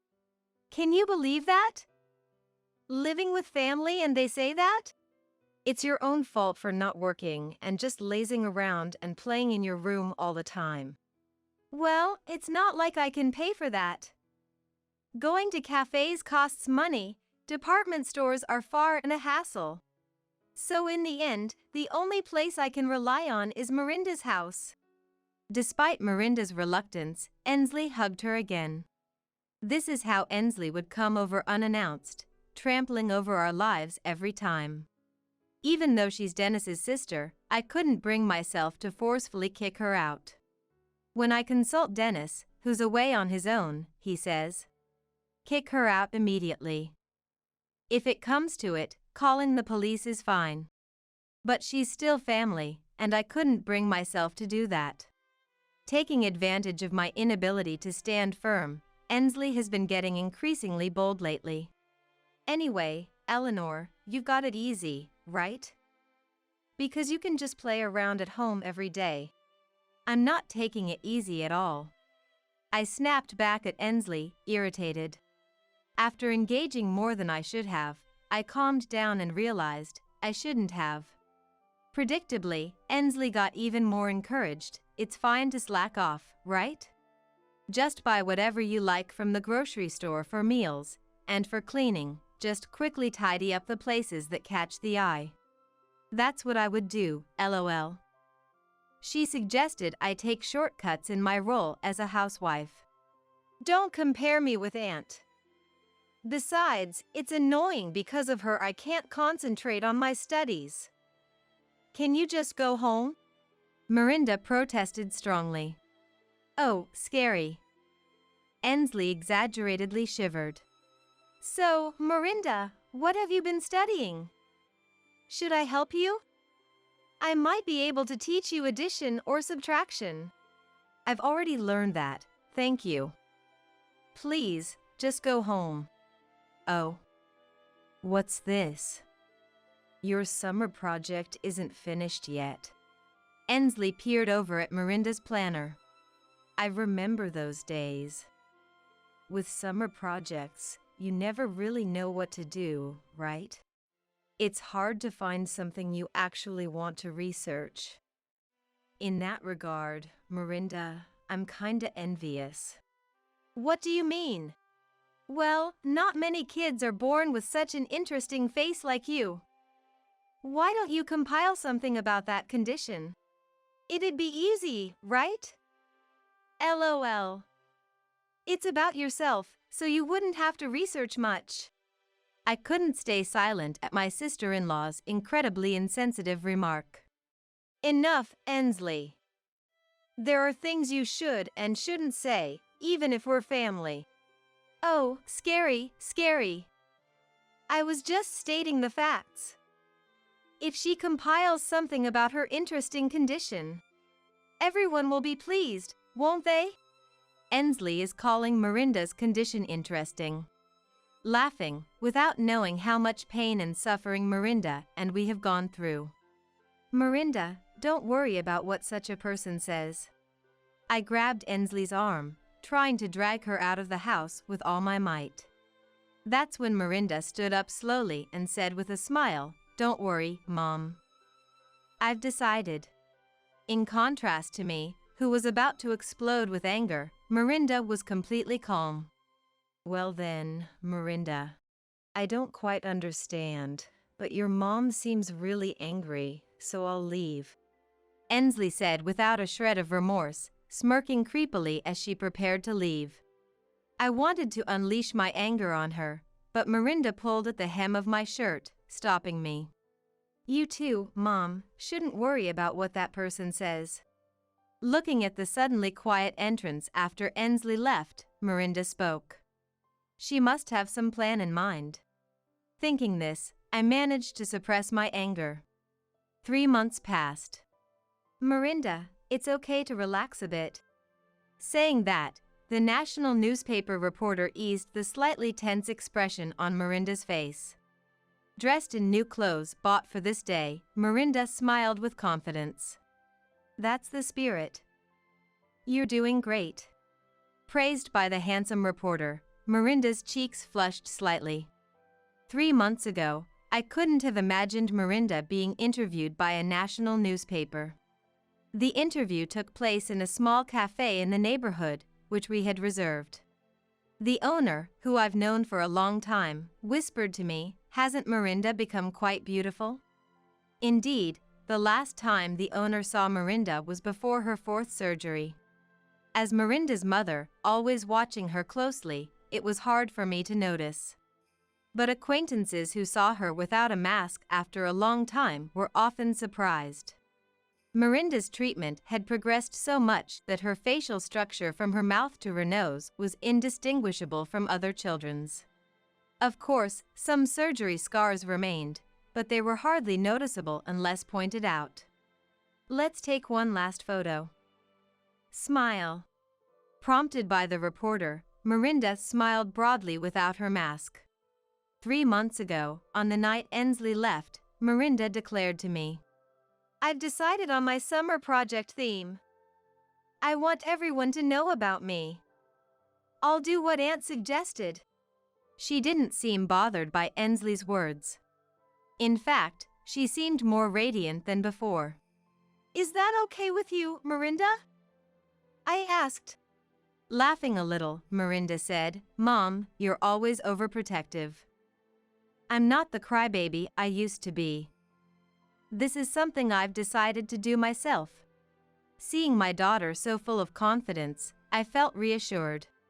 "All right, then I won't stop you. Go ahead as you think is best, Mirinda." "Okay, got it."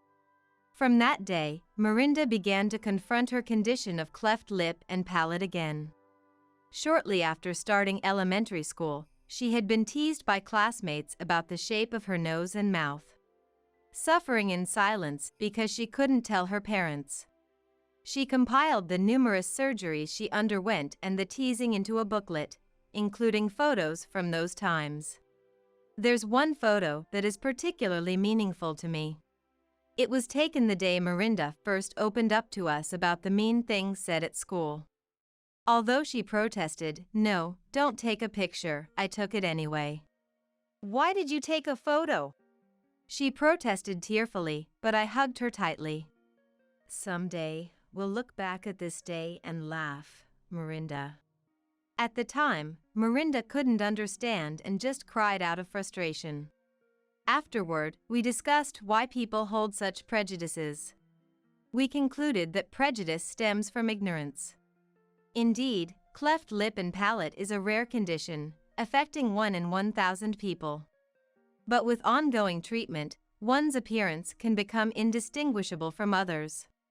We hoped that more people knowing about the condition and its treatment would reduce the instances of patients being viewed strangely. That became our family's unified wish. In advancing her summer project, Mirinda set up a special website and conducted a survey for children suffering from the same condition and their parents. This revealed that other families, like ours, were troubled and pained by prejudice. Good luck, Mirinda. You're very brave. If there's anything we can do, just let us know. I realized Mirinda had many supportive comrades suffering from the same condition. Mom, thank you for giving birth to me. Thank you for raising me. Because you supported me, I was able to get this far. Mirinda whispered, looking at the photo. The hard worker is you, I replied. Mirinda had undergone numerous surgeries since she was very young.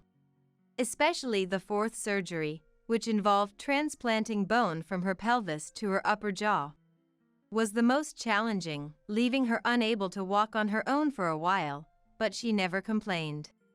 She is truly a strong child. Of course, I feel like hiding my face with a mask. But I've come to think that this unique aspect of mine could be considered cool. Mirinda said confidently. A month after summer vacation ended, Mirinda came home from school and said, Look. My summer project was highly praised at school, and I was awarded this certificate. She showed me the certificate, breathless and sweaty from her excitement. My friend said I was cool. Mirinda happily shared her school experiences. A month after that, a newspaper company contacted us for an interview. I read the interview article. Mirinda, you're amazing. Mirinda's article was published in a national newspaper, catching the eye of Dennis, who was on a work assignment. He immediately video called us. If you were going to be published, you could have told me.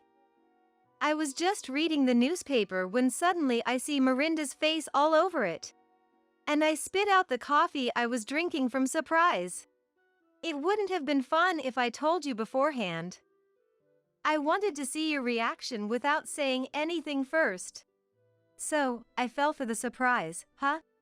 Dennis laughed heartily over the video call. Mirinda peeked out and said, "Are you happy to see your daughter's face after so long, Dad?" Well, yes. But, you really gathered courage to compile something about your condition, didn't you? Then, Mirinda's smile faded, and she answered seriously. I presented it because I wanted to reduce the number of people who, like Aunt, say hurtful things out of ignorance about diseases and disabilities. Ensley? Did she say something to you? We revealed the hurtful things Ensley had said to Mirinda during her summer visit. That girl. Dennis sighed. I'll give her a piece of my mind. The next day, we received a call from Mael. I read Mirinda's article. It's amazing, Mirinda. But I heard Ensley said terrible things. Dennis called me yesterday, and I was shocked. Luke is furious. He's been saying he won't forgive Ensley since yesterday. I'm worried his blood pressure might go up. But Ensley really is trouble. Mael said, promising to make Ensley apologize soon. A few days later, Ensley came to visit as promised. Are you there? If you are, come out already. She banged on the door so hard I worried it might break, not seeming like she came to apologize, but rather irritated. When I went to answer, there stood Ensley, looking devilish. What are you doing on your own? She protested, not apologizing but complaining instead. I had no idea why Ensley was so angry. When I remained silent, thanks to your daughter stirring things up, I got yelled at by my parents and bro. Now I feel uncomfortable at home. How are you going to take responsibility? She demanded. Apparently, Ensley had been severely scolded by my in-laws and Dennis because of Mirinda's project. But I thought it was all Ensley's fault. Unable to hold back my anger at Ensley's lack of remorse, I exploded. Enough, Ensley. If you're not here to apologize, please leave. I finally let out the anger I had been holding back, even to Ensley, who kept repeating her arrogant attitude. For the first time, I openly protested, leaving Ensley momentarily taken aback. Whether you're my husband's sister or whoever, anyone who hurts my precious daughter is not family. Don't come to our house again. You're nothing but trouble. What? Getting angry all of a sudden? Silly. Even though I came to apologize, you're kicking me out. Fine then. I'll tell the family you're a stubborn DIL. Just remember that. Mirinda interjected while listening beside me. Aunt. I'm recording our conversation, so lying is useless. It'll be found out soon anyway. She said, admonishing Ensley like a child who won't listen. Oh well. I guess I'll forgive you just for today then. With those final words, Ensley left with a pale face. Ah, that feels so much better. Now in 5th grade, Mirinda seems more mature than ever to me. She never used to complain, not because she didn't want to but because she didn't want to worry us. But now, it's different. Mirinda isn't holding back tears anymore. She doesn't even feel the need to cry because she's become so strong and resilient. Looking at Miranda's serene profile, I couldn't help but feel a bit reflective. Maybe I've been too worried about her. With the sole intention of not letting her feel lonely, I quit my job to always be there for her.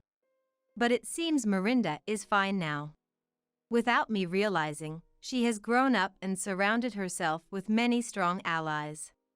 Lately, she's been bringing school friends home more frequently. What? Is there something on my face? Miranda noticed my gaze and looked at me questioningly. Yes, lots of happiness. What? That makes no sense. Laughing at my response, Miranda seemed amused. Feeling her growth, I decided to rejoin the workforce at an apparel company I had been invited to rejoin. Eleanor, I read the newspaper. Miranda did great, didn't she? Every time my coworkers mentioned it, I calmly responded, she probably doesn't think she did anything extraordinary. She just presented her life as it is.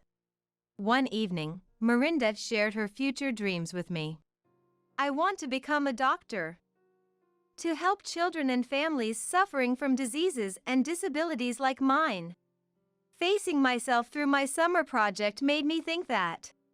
And I've been thinking lately, there are people who can't run fast, those who struggle with studies. Tall people, short people. My condition is just another trait among those. Hearing her aspirations, I felt hopeful for her future. Oh, and by the way, a boy in my class told me he likes me. Miranda casually mentioned her dream and then shared this news. Reporting this to Dennis via video call, he panicked. What? Isn't it too early for her to be in a relationship? Hey, are you okay with this? Calm down, my dear husband. I calmed down the frantically panicking Dennis. The fact that a boy confessed to Miranda probably means that the kids around her have stopped caring about her condition.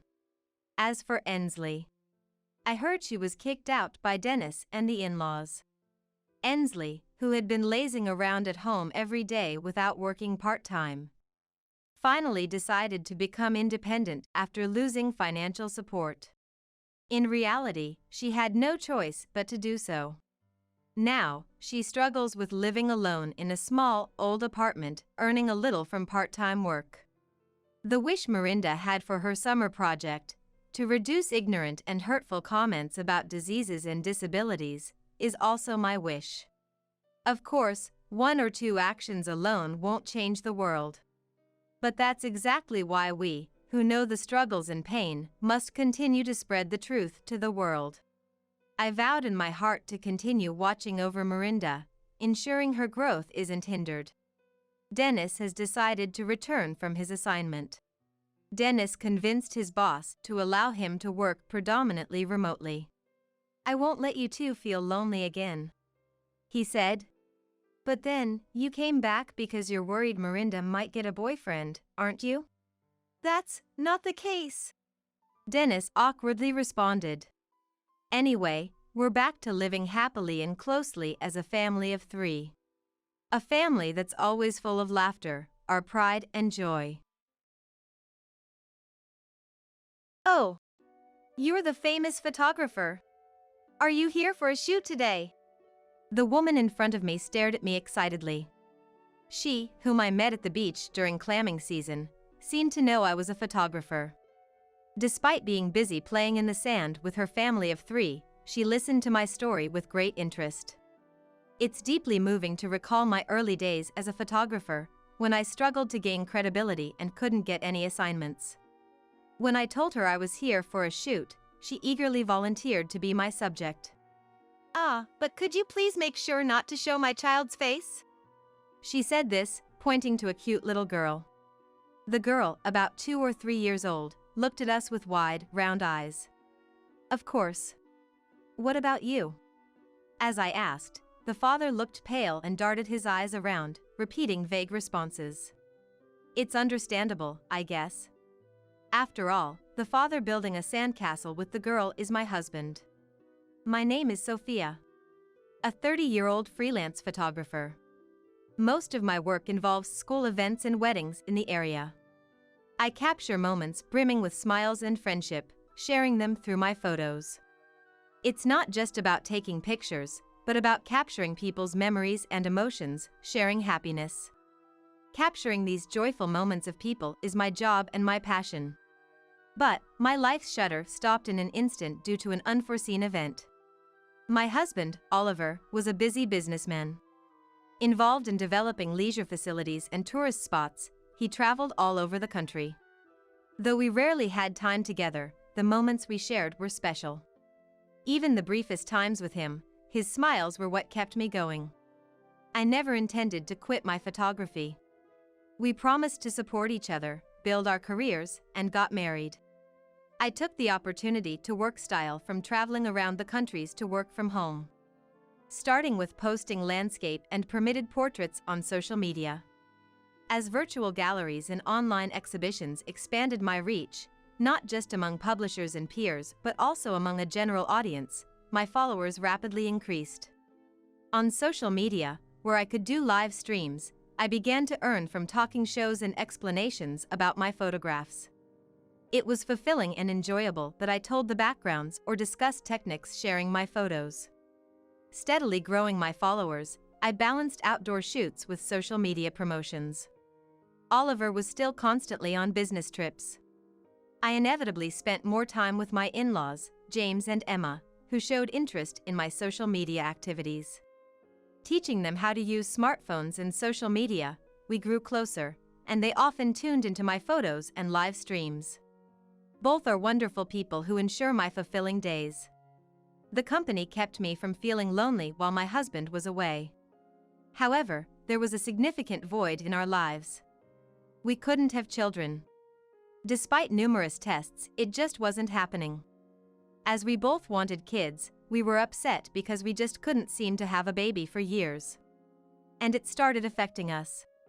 Oliver, who once supportive, grew tired of the financial strain and frequent hospital visits, and became increasingly discouraged about infertility treatment. At that time, his project enters the climax, so he stays away from home for days, traveling around the countries. It was clear that his focus shifted from our childlessness to his challenging work. His concern for my inability to conceive diminished, replaced by work talks. I felt lonely but tried to understand his busyness. Yet, no matter how understanding, we weren't emotionally close. Yesterday, I had a meeting with a client, and it looks like a new project is starting. I'll probably be away for a while starting next week. He said this, taking shirts and other laundry from his large suitcase. I had just gotten back home, but still, I hurried to start the washing machine for them. Oliver, when he runs out of clean clothes, rather than doing laundry or sending them for cleaning, he just buys new shirts. He says it's faster and foolproof, but I prefer to save where we can. So, what about the hospital? That's impossible. I have to go too, right? I can't take off work, and next week is a no-go for me. I sighed softly, making sure my husband couldn't hear. I had made a hospital appointment, but there's nothing I can do if he's out on a business trip. It would be inconvenient for his company, and I was happy that his hard work was being recognized. I didn't want to be a nuisance. Well, but I'm busy too, and it's tough. You also out working on a shoot, right? Let's both keep up the hard work. Yeah. Take care of yourself too, Oliver. I was dismissed so easily, yet I didn't speak my mind. Maybe he doesn't want kids anymore. But I'm too scared to ask if that's really the case. Should I just accept it quietly, or should I bring it up, even if it's roundabout? I'm torn. I'm good at capturing people's joy and sorrow through my camera. But now, I'm just going through the days, not even aware of my own feelings. I feel like I'm getting trapped inside the frames of my photos. Then, one day, a well-textured white envelope arrived at our house, with a logo of a famous resort company on it. It didn't seem like just another piece of direct mail, so I hurriedly opened it. Inside was a voucher for a stay at a luxury hotel by the sea. And it appeared to be for 3 people. Why was this sent to us? With a sense of foreboding, I quickly went to my husband. "Oliver, this came in the mail. Do you know anything about it?" Of course, I wasn't accusing him from the start. I made sure to ask in a way that didn't sound confrontational, just casual. He stopped reading his newspaper and looked at me. His expression was blank, but his eyes narrowed slightly, almost glaring. I'd never been looked at like that before, and I couldn't hide the chill in my heart. "Oh, that. A colleague couldn't make it, so it was booked in my name. It's nothing weird, so give it back." He reached for it. Without saying a word, I handed over the envelope and tickets. Oliver snatched them from me. But when he saw the name on it, he looked back at me, clearly annoyed this time. "This is addressed to me, right? Don't open my mail without asking." I was taken aback and quickly apologized. But with my husband in sales, various DMs arrive. I've been disposing of the ones that come home without much thought, so I was surprised at his reaction. "I'm sorry. I didn't know if it was direct mail, just wanted to check. I'm here today, you could have just asked me." He took the envelope to his room, and I couldn't ask any more about the tickets. I wasn't fully convinced why he had to book tickets for his colleague, but I had no choice but to accept his explanation. But then, not even half a month later, something else happened. It was May, approaching our wedding anniversary. We were supposed to gather at the in-laws' house, but he suddenly announced a long business trip. At first, I was speechless and confused. A business trip? On our wedding anniversary? In my job, I often get requests for family portraits or landscape photography. But I had plans, so I had taken the day off. Normally, a regular company, including Oliver's, would be off on Memorial Day. At least, his company should be closed as usual. He shrugged his shoulders lightly and forced a smile. It was a sudden decision, had to be done. "I can't help but work through the holiday, so please go to the gathering for me." I know he's proud of his job and has been serious about his career since before we got married. But gradually, I find myself less convinced by his reasons for work and business trips in those casual moments. In the end, he just pulls along his favorite suitcase and leaves for work. Although they were angry at his attitude, because his call was so late that it was close to our wedding anniversary, they tried to make me comfortable. "Sorry for making you free up your schedule in vain. I'll give Oliver a strict talking to next time I see him." Emma said that, but all I could do was give a wry smile. Originally, we were supposed to stay a few days after getting together. Oliver was the only child for them. I was told it would be sad if I left early, so I decided to stay a few days after our wedding anniversary as planned. I brought my camera and took pictures of them doing housework and everyday life, and scenes I usually don't focus on. I spent time thinking about shooting plans, but part of me felt the void of Oliver's absence. For work and a change of pace, I decided to visit the coast one station away. Around Memorial Day, the beach is busy with people clam digging and families enjoying their time. Some opened colorful beach umbrellas, enjoying walks and sunbathing. I walked along the beach with my camera around my neck. Suddenly, I stopped, noticing a family building a sandcastle. I paused at a familiar voice. I was glad I wasn't holding the camera in my hand. I thought that right in front of that scene, I wouldn't have been able to keep from dropping something. There was Oliver, with a young woman and a toddler, surrounding a sandcastle. They looked like a happy family, gathering white sand and shells. I couldn't believe my eyes. But then, the hotel tickets that arrived home, his frequent long business trips, his indifference. All came back to me. It would have been an ideal family scene for a photo shoot if it were a work assignment.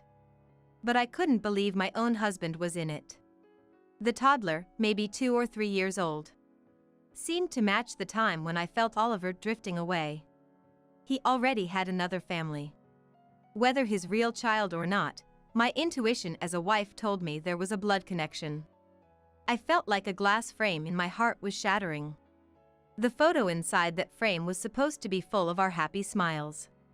I decided to speak up. Not to Oliver, but to the woman playing with the toddler.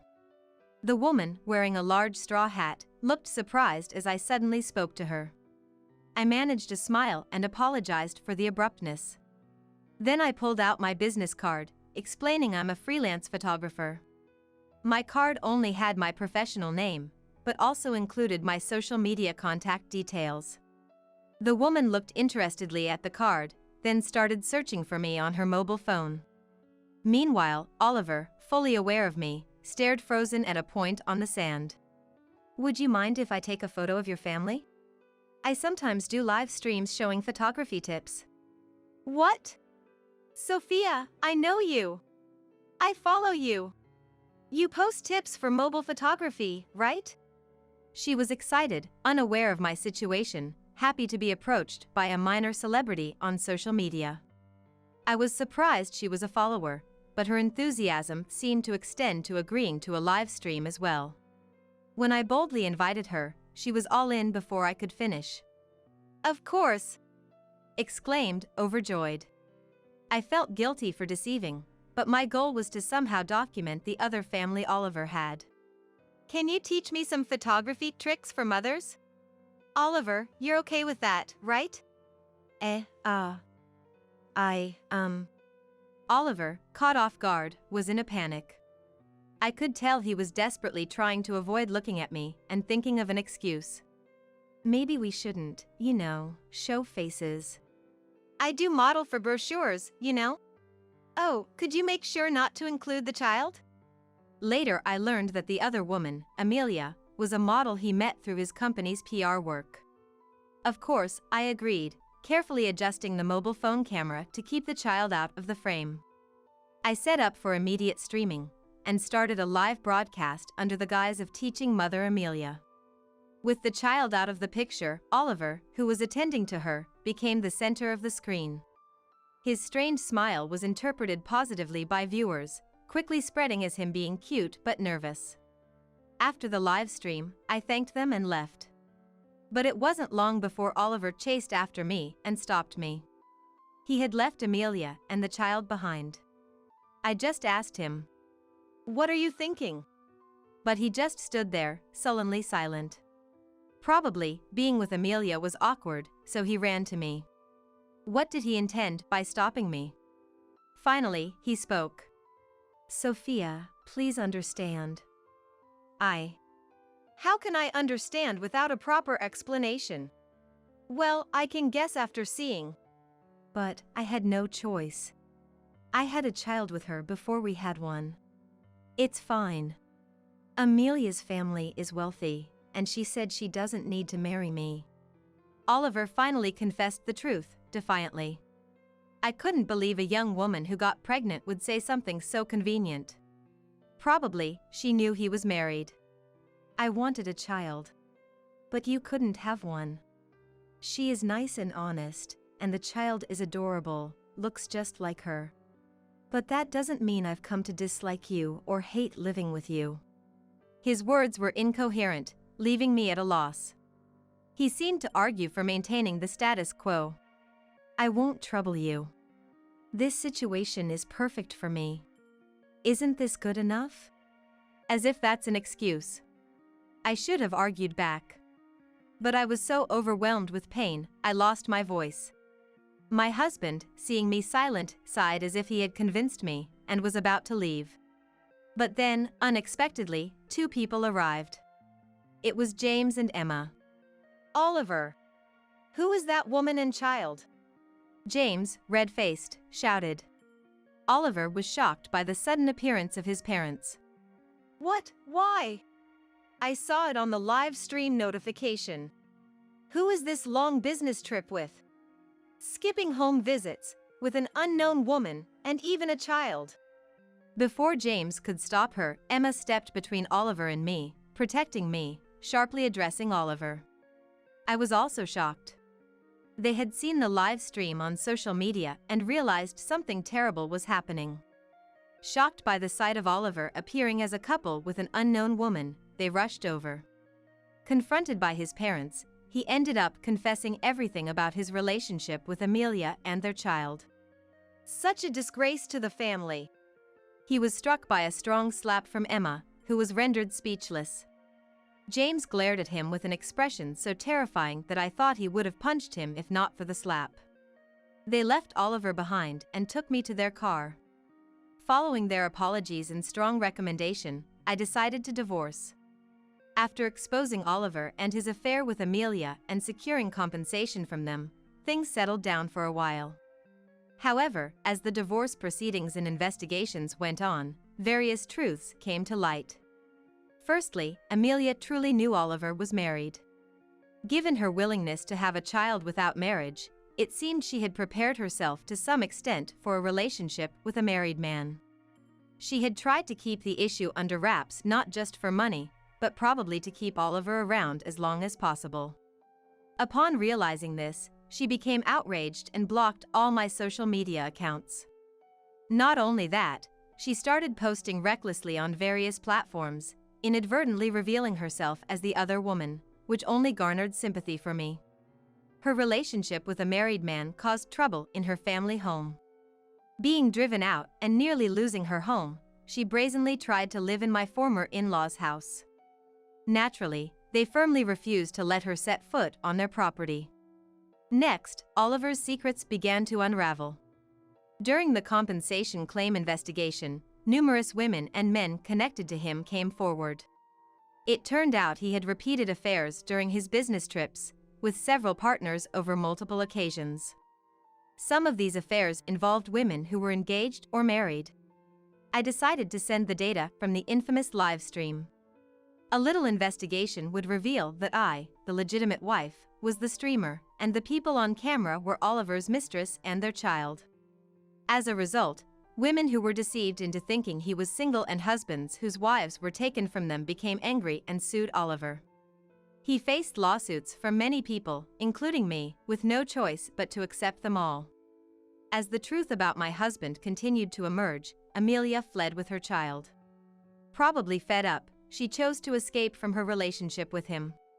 The turmoil she caused on social media calmed down, and her accounts disappeared, so I decided to let her be.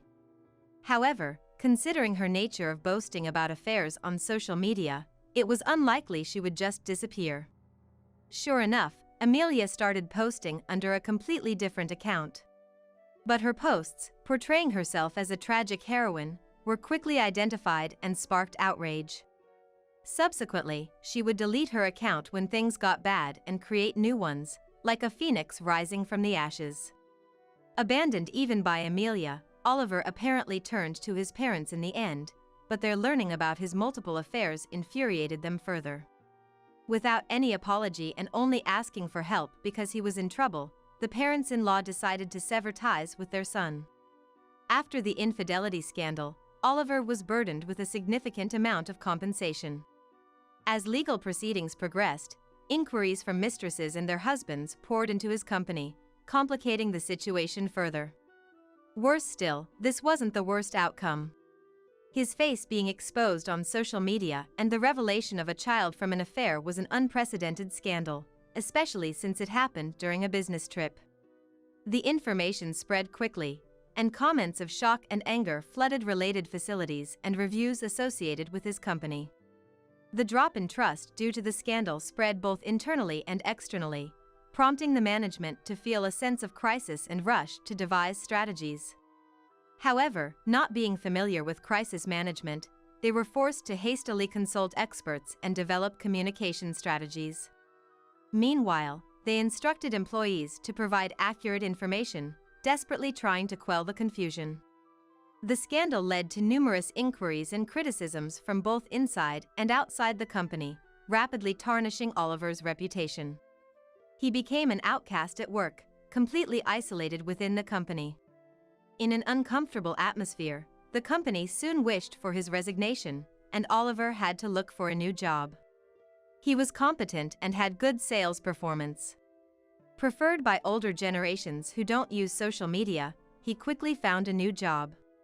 But human nature doesn't change. In less than 6 months, he was rumored to have made advances on the manager's wife and tried to expense motel charges from a business trip. He was fired and, even after joining new companies, kept causing troubles in his relationships and getting dismissed. After repeating this cycle, he is now hopping from one industry to another, being driven out from everywhere. Meanwhile, I maintained a relationship with my parents-in-law even after the divorce. Thanks to their care, I have been living peaceful days. It's because of their support that I was able to start anew after my relationship with Oliver ended. For a while after the divorce, I found it painful to take photos of children. Even though they got hurt betrayed by their son, they made an effort to show their good relationship and supported me. They helped me realize that my relationship with Oliver wasn't everything about marriage. They cared to give me the strength to believe again. One day, I captured a photo of my parents-in-law talking peacefully.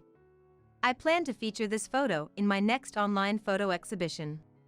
They were quite embarrassed, but I think they'll be happy in the end. Are you trying to ruin our wedding? It's not like that. I just wanted to say that you're spending too much money unnecessarily. I know you are poor, but Ryan is going to be the next president of the company, right? He doesn't need to worry about money. Even if he is the next president, this is too much. That's not true. I just wanted to see your happy face, and when I told Ryan that, he was willing to do anything I said. What? It seems he really likes you. He generously spent money whenever it was for you. Her words hit me like a stab with a knife. As I looked at her face in surprise, and she looked back at me with a sly smile. You took advantage of his feelings for me. Anger welled up inside me. To that, Jessica added another shocking statement. So what? If you're going to complain more, can you please leave? We don't need a low-educated, poor mother. Please don't associate with us ever again. Her words, filled with a sense of superiority, rapidly fueled my anger. I won't forgive this. Enjoy your triumph while it lasts. As she walked away looking down on me, I stared at her back, making a firm resolution to attend the reception. My name is Amy. I was widowed and now live with my son Ryan. My parents' home was poor, so I started working right after graduating from junior high. Later, I met and married a man who started his own company. Decades later, even when my husband's business stabilized and we had more financial freedom, my habit of saving remained, and I still live that way today. Neither my husband nor Ryan ever spoke ill of my frugality. Instead, they accepted it and joined me in being economical. Ryan, with his generous nature, even now as a working adult, accepts my frugality without complaint. After my husband passed away, the company is now led by my brother-in-law, Dylan, as the president. Ryan works there and is a candidate for the next president. Despite this, he hasn't let it go to his head and continues to live as usual. He, whom I raised alone after my husband's death, is my pride and joy. Sometimes I worry that he's too considerate and putting himself under strain, but his kindness is also something I'm proud of. Since working for the company, he has become even more independent, and recently he has become a very reliable man. So, when he told me he had a girlfriend, I felt a bit lonely, but I was happy enough to genuinely wish them well. She was introduced to me by a friend, and she's really a great person. He spoke with joy, and I smiled back. I want to start a family soon to give Mom peace of mind. That's why I'm thinking about marrying my girlfriend. Oh, thank you. But you haven't been together that long, right? Don't rush into marriage just because you're worried about me. It's your life, Ryan, make sure you make the decision for yourself. It's heartwarming to know he cares about me. But I didn't want him to choose his life partner just to reassure his mother. However, knowing that he has a girlfriend, seeing how happy he is, and above all, realizing how much he thinks of me, warms my heart. I thought to myself how lucky I am to have him. 6 months after hearing about his girlfriend, they seemed really serious about marriage, and he said she would be coming to our house. Though he had spoken about his girlfriend Jessica before, this would be my first time meeting her. I was looking forward to meeting Jessica, who might become his wife. Amy, is it true you didn't go to college? And yet you managed to raise such a fine child as Ryan. This was said by Jessica after we introduced ourselves and chatted a bit, while Ryan had stepped away from the table. She looked at me with a provocative gaze. Yes. He has really grown up to be a fine young man. I barely managed to reply, but I couldn't shake off the feeling of discomfort from her words. Though she seemed to be praising him, I felt there was a mocking tone towards me. Fine, huh? You don't hold back on the praise. Usually, people are more modest. Oh, maybe you don't know these common social norms, not having gone to college. What? Sorry, I was just wondering. It's really amazing, though. Raising a child in a fatherless home, I could never do that. Her words said one thing, but her mouth was slightly smirking. What were you two talking about? When he returned and asked, she promptly replied. We were just talking about how amazing Amy is for raising such a wonderful person like you. I really respect Amy. She said this with a smile at me. But I felt a thorn in her words and couldn't help feeling uneasy. That's right. He is going to be the next president, isn't he? The conversation shifted to the future of the two of them, and inevitably to his upcoming promotion. Jessica seemed captivated by the idea of he becoming the next president. In contrast, he responded calmly. It's just because my uncle is the president, and that's what people say. I'm still inexperienced and need to study and grow more. It's Dad's company, so I can't take over halfway and let it fail. What? But you'll become the president eventually, right? She asked, a bit flustered. I'll work hard to make that happen. He replied with a smile, but she seemed somewhat unsatisfied. Before talking about being president, I need to get promoted first. The responsibilities vary with each position, and I need to understand those roles too. When I gave this advice, he nodded firmly. Her eyes sparkled again. When you get promoted, your salary will increase, right? Since you're talked about as the next president, I guess your income will keep getting better. Her interest seemed piqued by words like next president and salary. The discomfort I felt towards her remained even after she left. Hey, I hate to say this, but do you think Jessica is marrying you for your money? She seemed really interested in your salary and the talk of you becoming the next president. I couldn't help but ask him. It's his life and his family. I may not have a right to interfere, but I couldn't stay silent, considering his happiness. But Ryan denied it. I don't think so. She is concerned about money because she plans to manage our finances after we get married. Finances are important in marriage. Oh, so you two have talked it over. Yeah. She said she would manage our finances after we marry. She's always been responsible, so it'll be fine. If that's the case. Mom, I'm 28 now.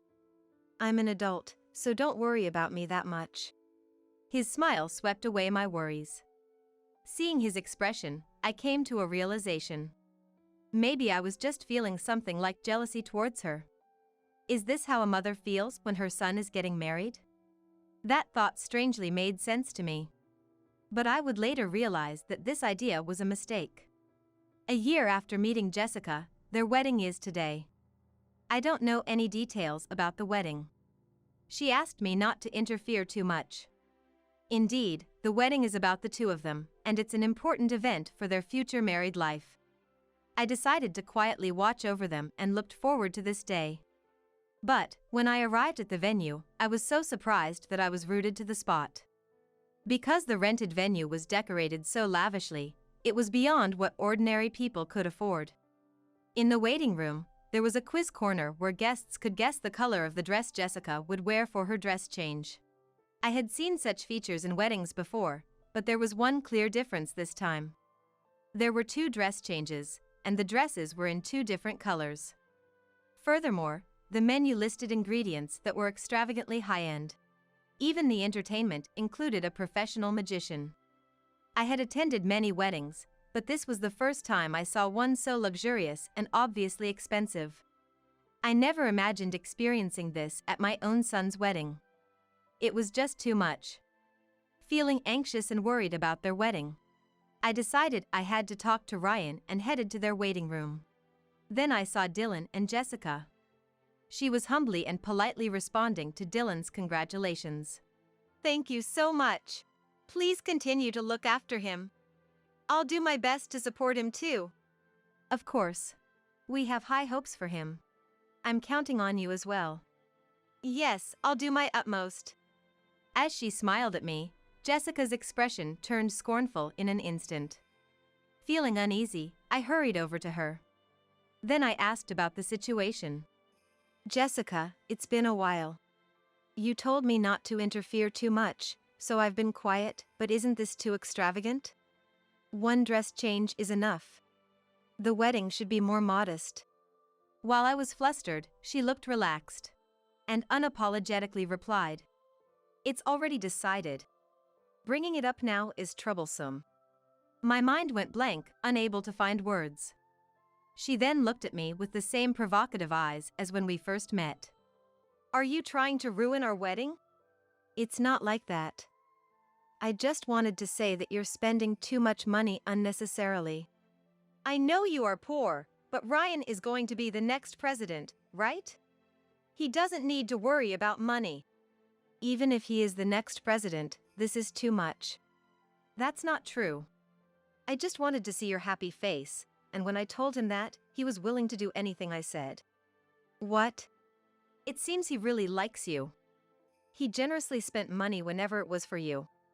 Her words hit me like a stab with a knife. Shocked, I looked at her face, and she was giving me a disdainful look. You took advantage of his feelings for me. Anger welled up inside me. To that, she added another shocking statement. So what? If you're going to complain more, can you please leave? We don't need a low-educated, poor mother. Please don't associate with us ever again.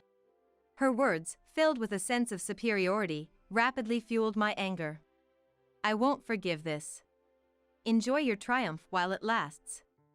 I, seething with anger but resolute, stared at her back as she walked away, looking down on me, and then I joined the reception. May I now have Amy, the mother of the groom, come forward? The MC announced, guiding me to the microphone. I knew I had to give a speech, as Ryan had informed me beforehand, but it seemed Jessica was unaware. The situation was different from what I had imagined. Jessica, who had told me to leave, was now silently exuding a disgruntled aura as I, who she told to leave, was about to give a speech. Thank you all for joining us today to celebrate the marriage of Ryan and Jessica. Ryan and I have always supported each other throughout our lives. I began my speech, sharing my thoughts about Ryan. After narrating old episodes, I continued. However, it seems that from today, I must let go of him. Therefore, I am firing him. The room erupted in murmurs. Dylan, along with other company attendees, looked shocked and confused. The noise in the room grew louder. Among them, Jessica was the first to speak out. Fired? What are you talking about? Amy, who isn't even part of the company, can't make such decisions. You should think before you speak. Even as a mother, there are limits. Jessica, what are you saying? I am firing Ryan. You said you didn't need a low-educated, poor me, and told me to never associate with you again. That's... Moreover, it seems you were only after his money. And Ryan, choosing someone like you, I can't trust him anymore. That's why I am firing him. My words intensified the murmurs in the room. Jessica, her harsh words exposed, turned red-faced. Ryan, glaring at her, questioned. What do you mean a low-educated, poor mom is unnecessary? Did you say that to Mom? And about being after money. It's fine, isn't it? We're going to live together.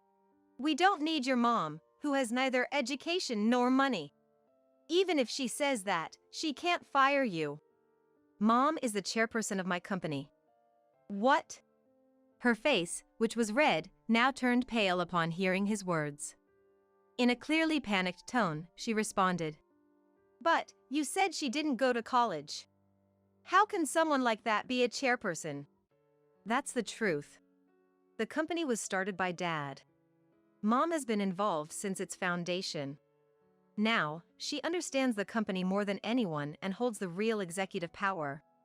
Why didn't you tell me such important things earlier? If you had, none of this would have happened. Instead of apologizing, she began blaming him. But he looked at her with disdain. I plan to tell you about the company's details eventually. But now, there's no need. The marriage is off, so there's no need to explain anymore. What? What do you mean the marriage is off? It's obvious. I can't marry you, who looks down on mom and is only after money. The wedding is cancelled. His voice carried an air of authority. Jessica, realizing the gravity of the situation, suddenly turned to me, desperately seeking support. Please forgive me, Amy. I didn't know you were the chairperson, and I was terribly rude. I won't belittle you anymore, she said, but of course, I had no intention of forgiving her. That's impossible. You mean you would have continued to belittle me if I weren't the chairperson? I can't be family with someone who can't respect others and whose hobby is squandering money. Goodbye. With that, I started to leave the venue. Following me, Dylan stood up, and then the other attendees began to prepare to leave. Wait, please don't go, everyone, she screamed, but no one even looked at her with sympathy. My relatives expressed relief that he hadn't married such a person, and Jessica's relatives looked utterly disgusted. Her friends, who had been condescending thinking she would become a CEO's wife, were also displeased with her recent attitude and quickly began to leave. Everyone left Jessica standing there, stunned. Ryan and I returned the wedding gifts, apologizing to the guests as we saw them off. After everyone had left, he muttered apologetically, "Mom, I'm sorry. I wanted to reassure you, but instead, it turned out we can't even work together anymore. That's why I told you not to worry about me so much. And about the firing, that's no longer happening." I said I couldn't trust you who choose a partner only after money. That's why I was going to fire you. But now that the marriage with Jessica is off, I won't fire you. He looked perplexed by my words. Thank you, Mom. I'll work even harder from now on. Your happiness is what matters most to me. I gently patted his back. Later, he officially broke off the engagement with Jessica, and they decided to split the wedding costs. Jessica had assumed Ryan would pay for the entire wedding and keep the gifts from her attendees for herself. Unable to pay her credit card bills for the esthetician, beauty salon, and other expenses, she ended up in debt. She, already unemployed and without money, hastily tried to marry for money again, but her next partner turned out to be a marriage scammer, further increasing her debt. Now, her whereabouts are unknown. Meanwhile, our family bond strengthened even more after this incident. Ryan seemed to respect me more than ever, now focusing on work rather than marriage to reassure me. Thanks to his dedication, the company grew even more. Recently, the president of a company we've long done business with introduced his daughter to Ryan. I've worked with his daughter a few times, and Ryan seems quite interested in this new acquaintance. It looks like a wonderful meeting for him, who has now fully grown into a fine man, and I'm excited for him.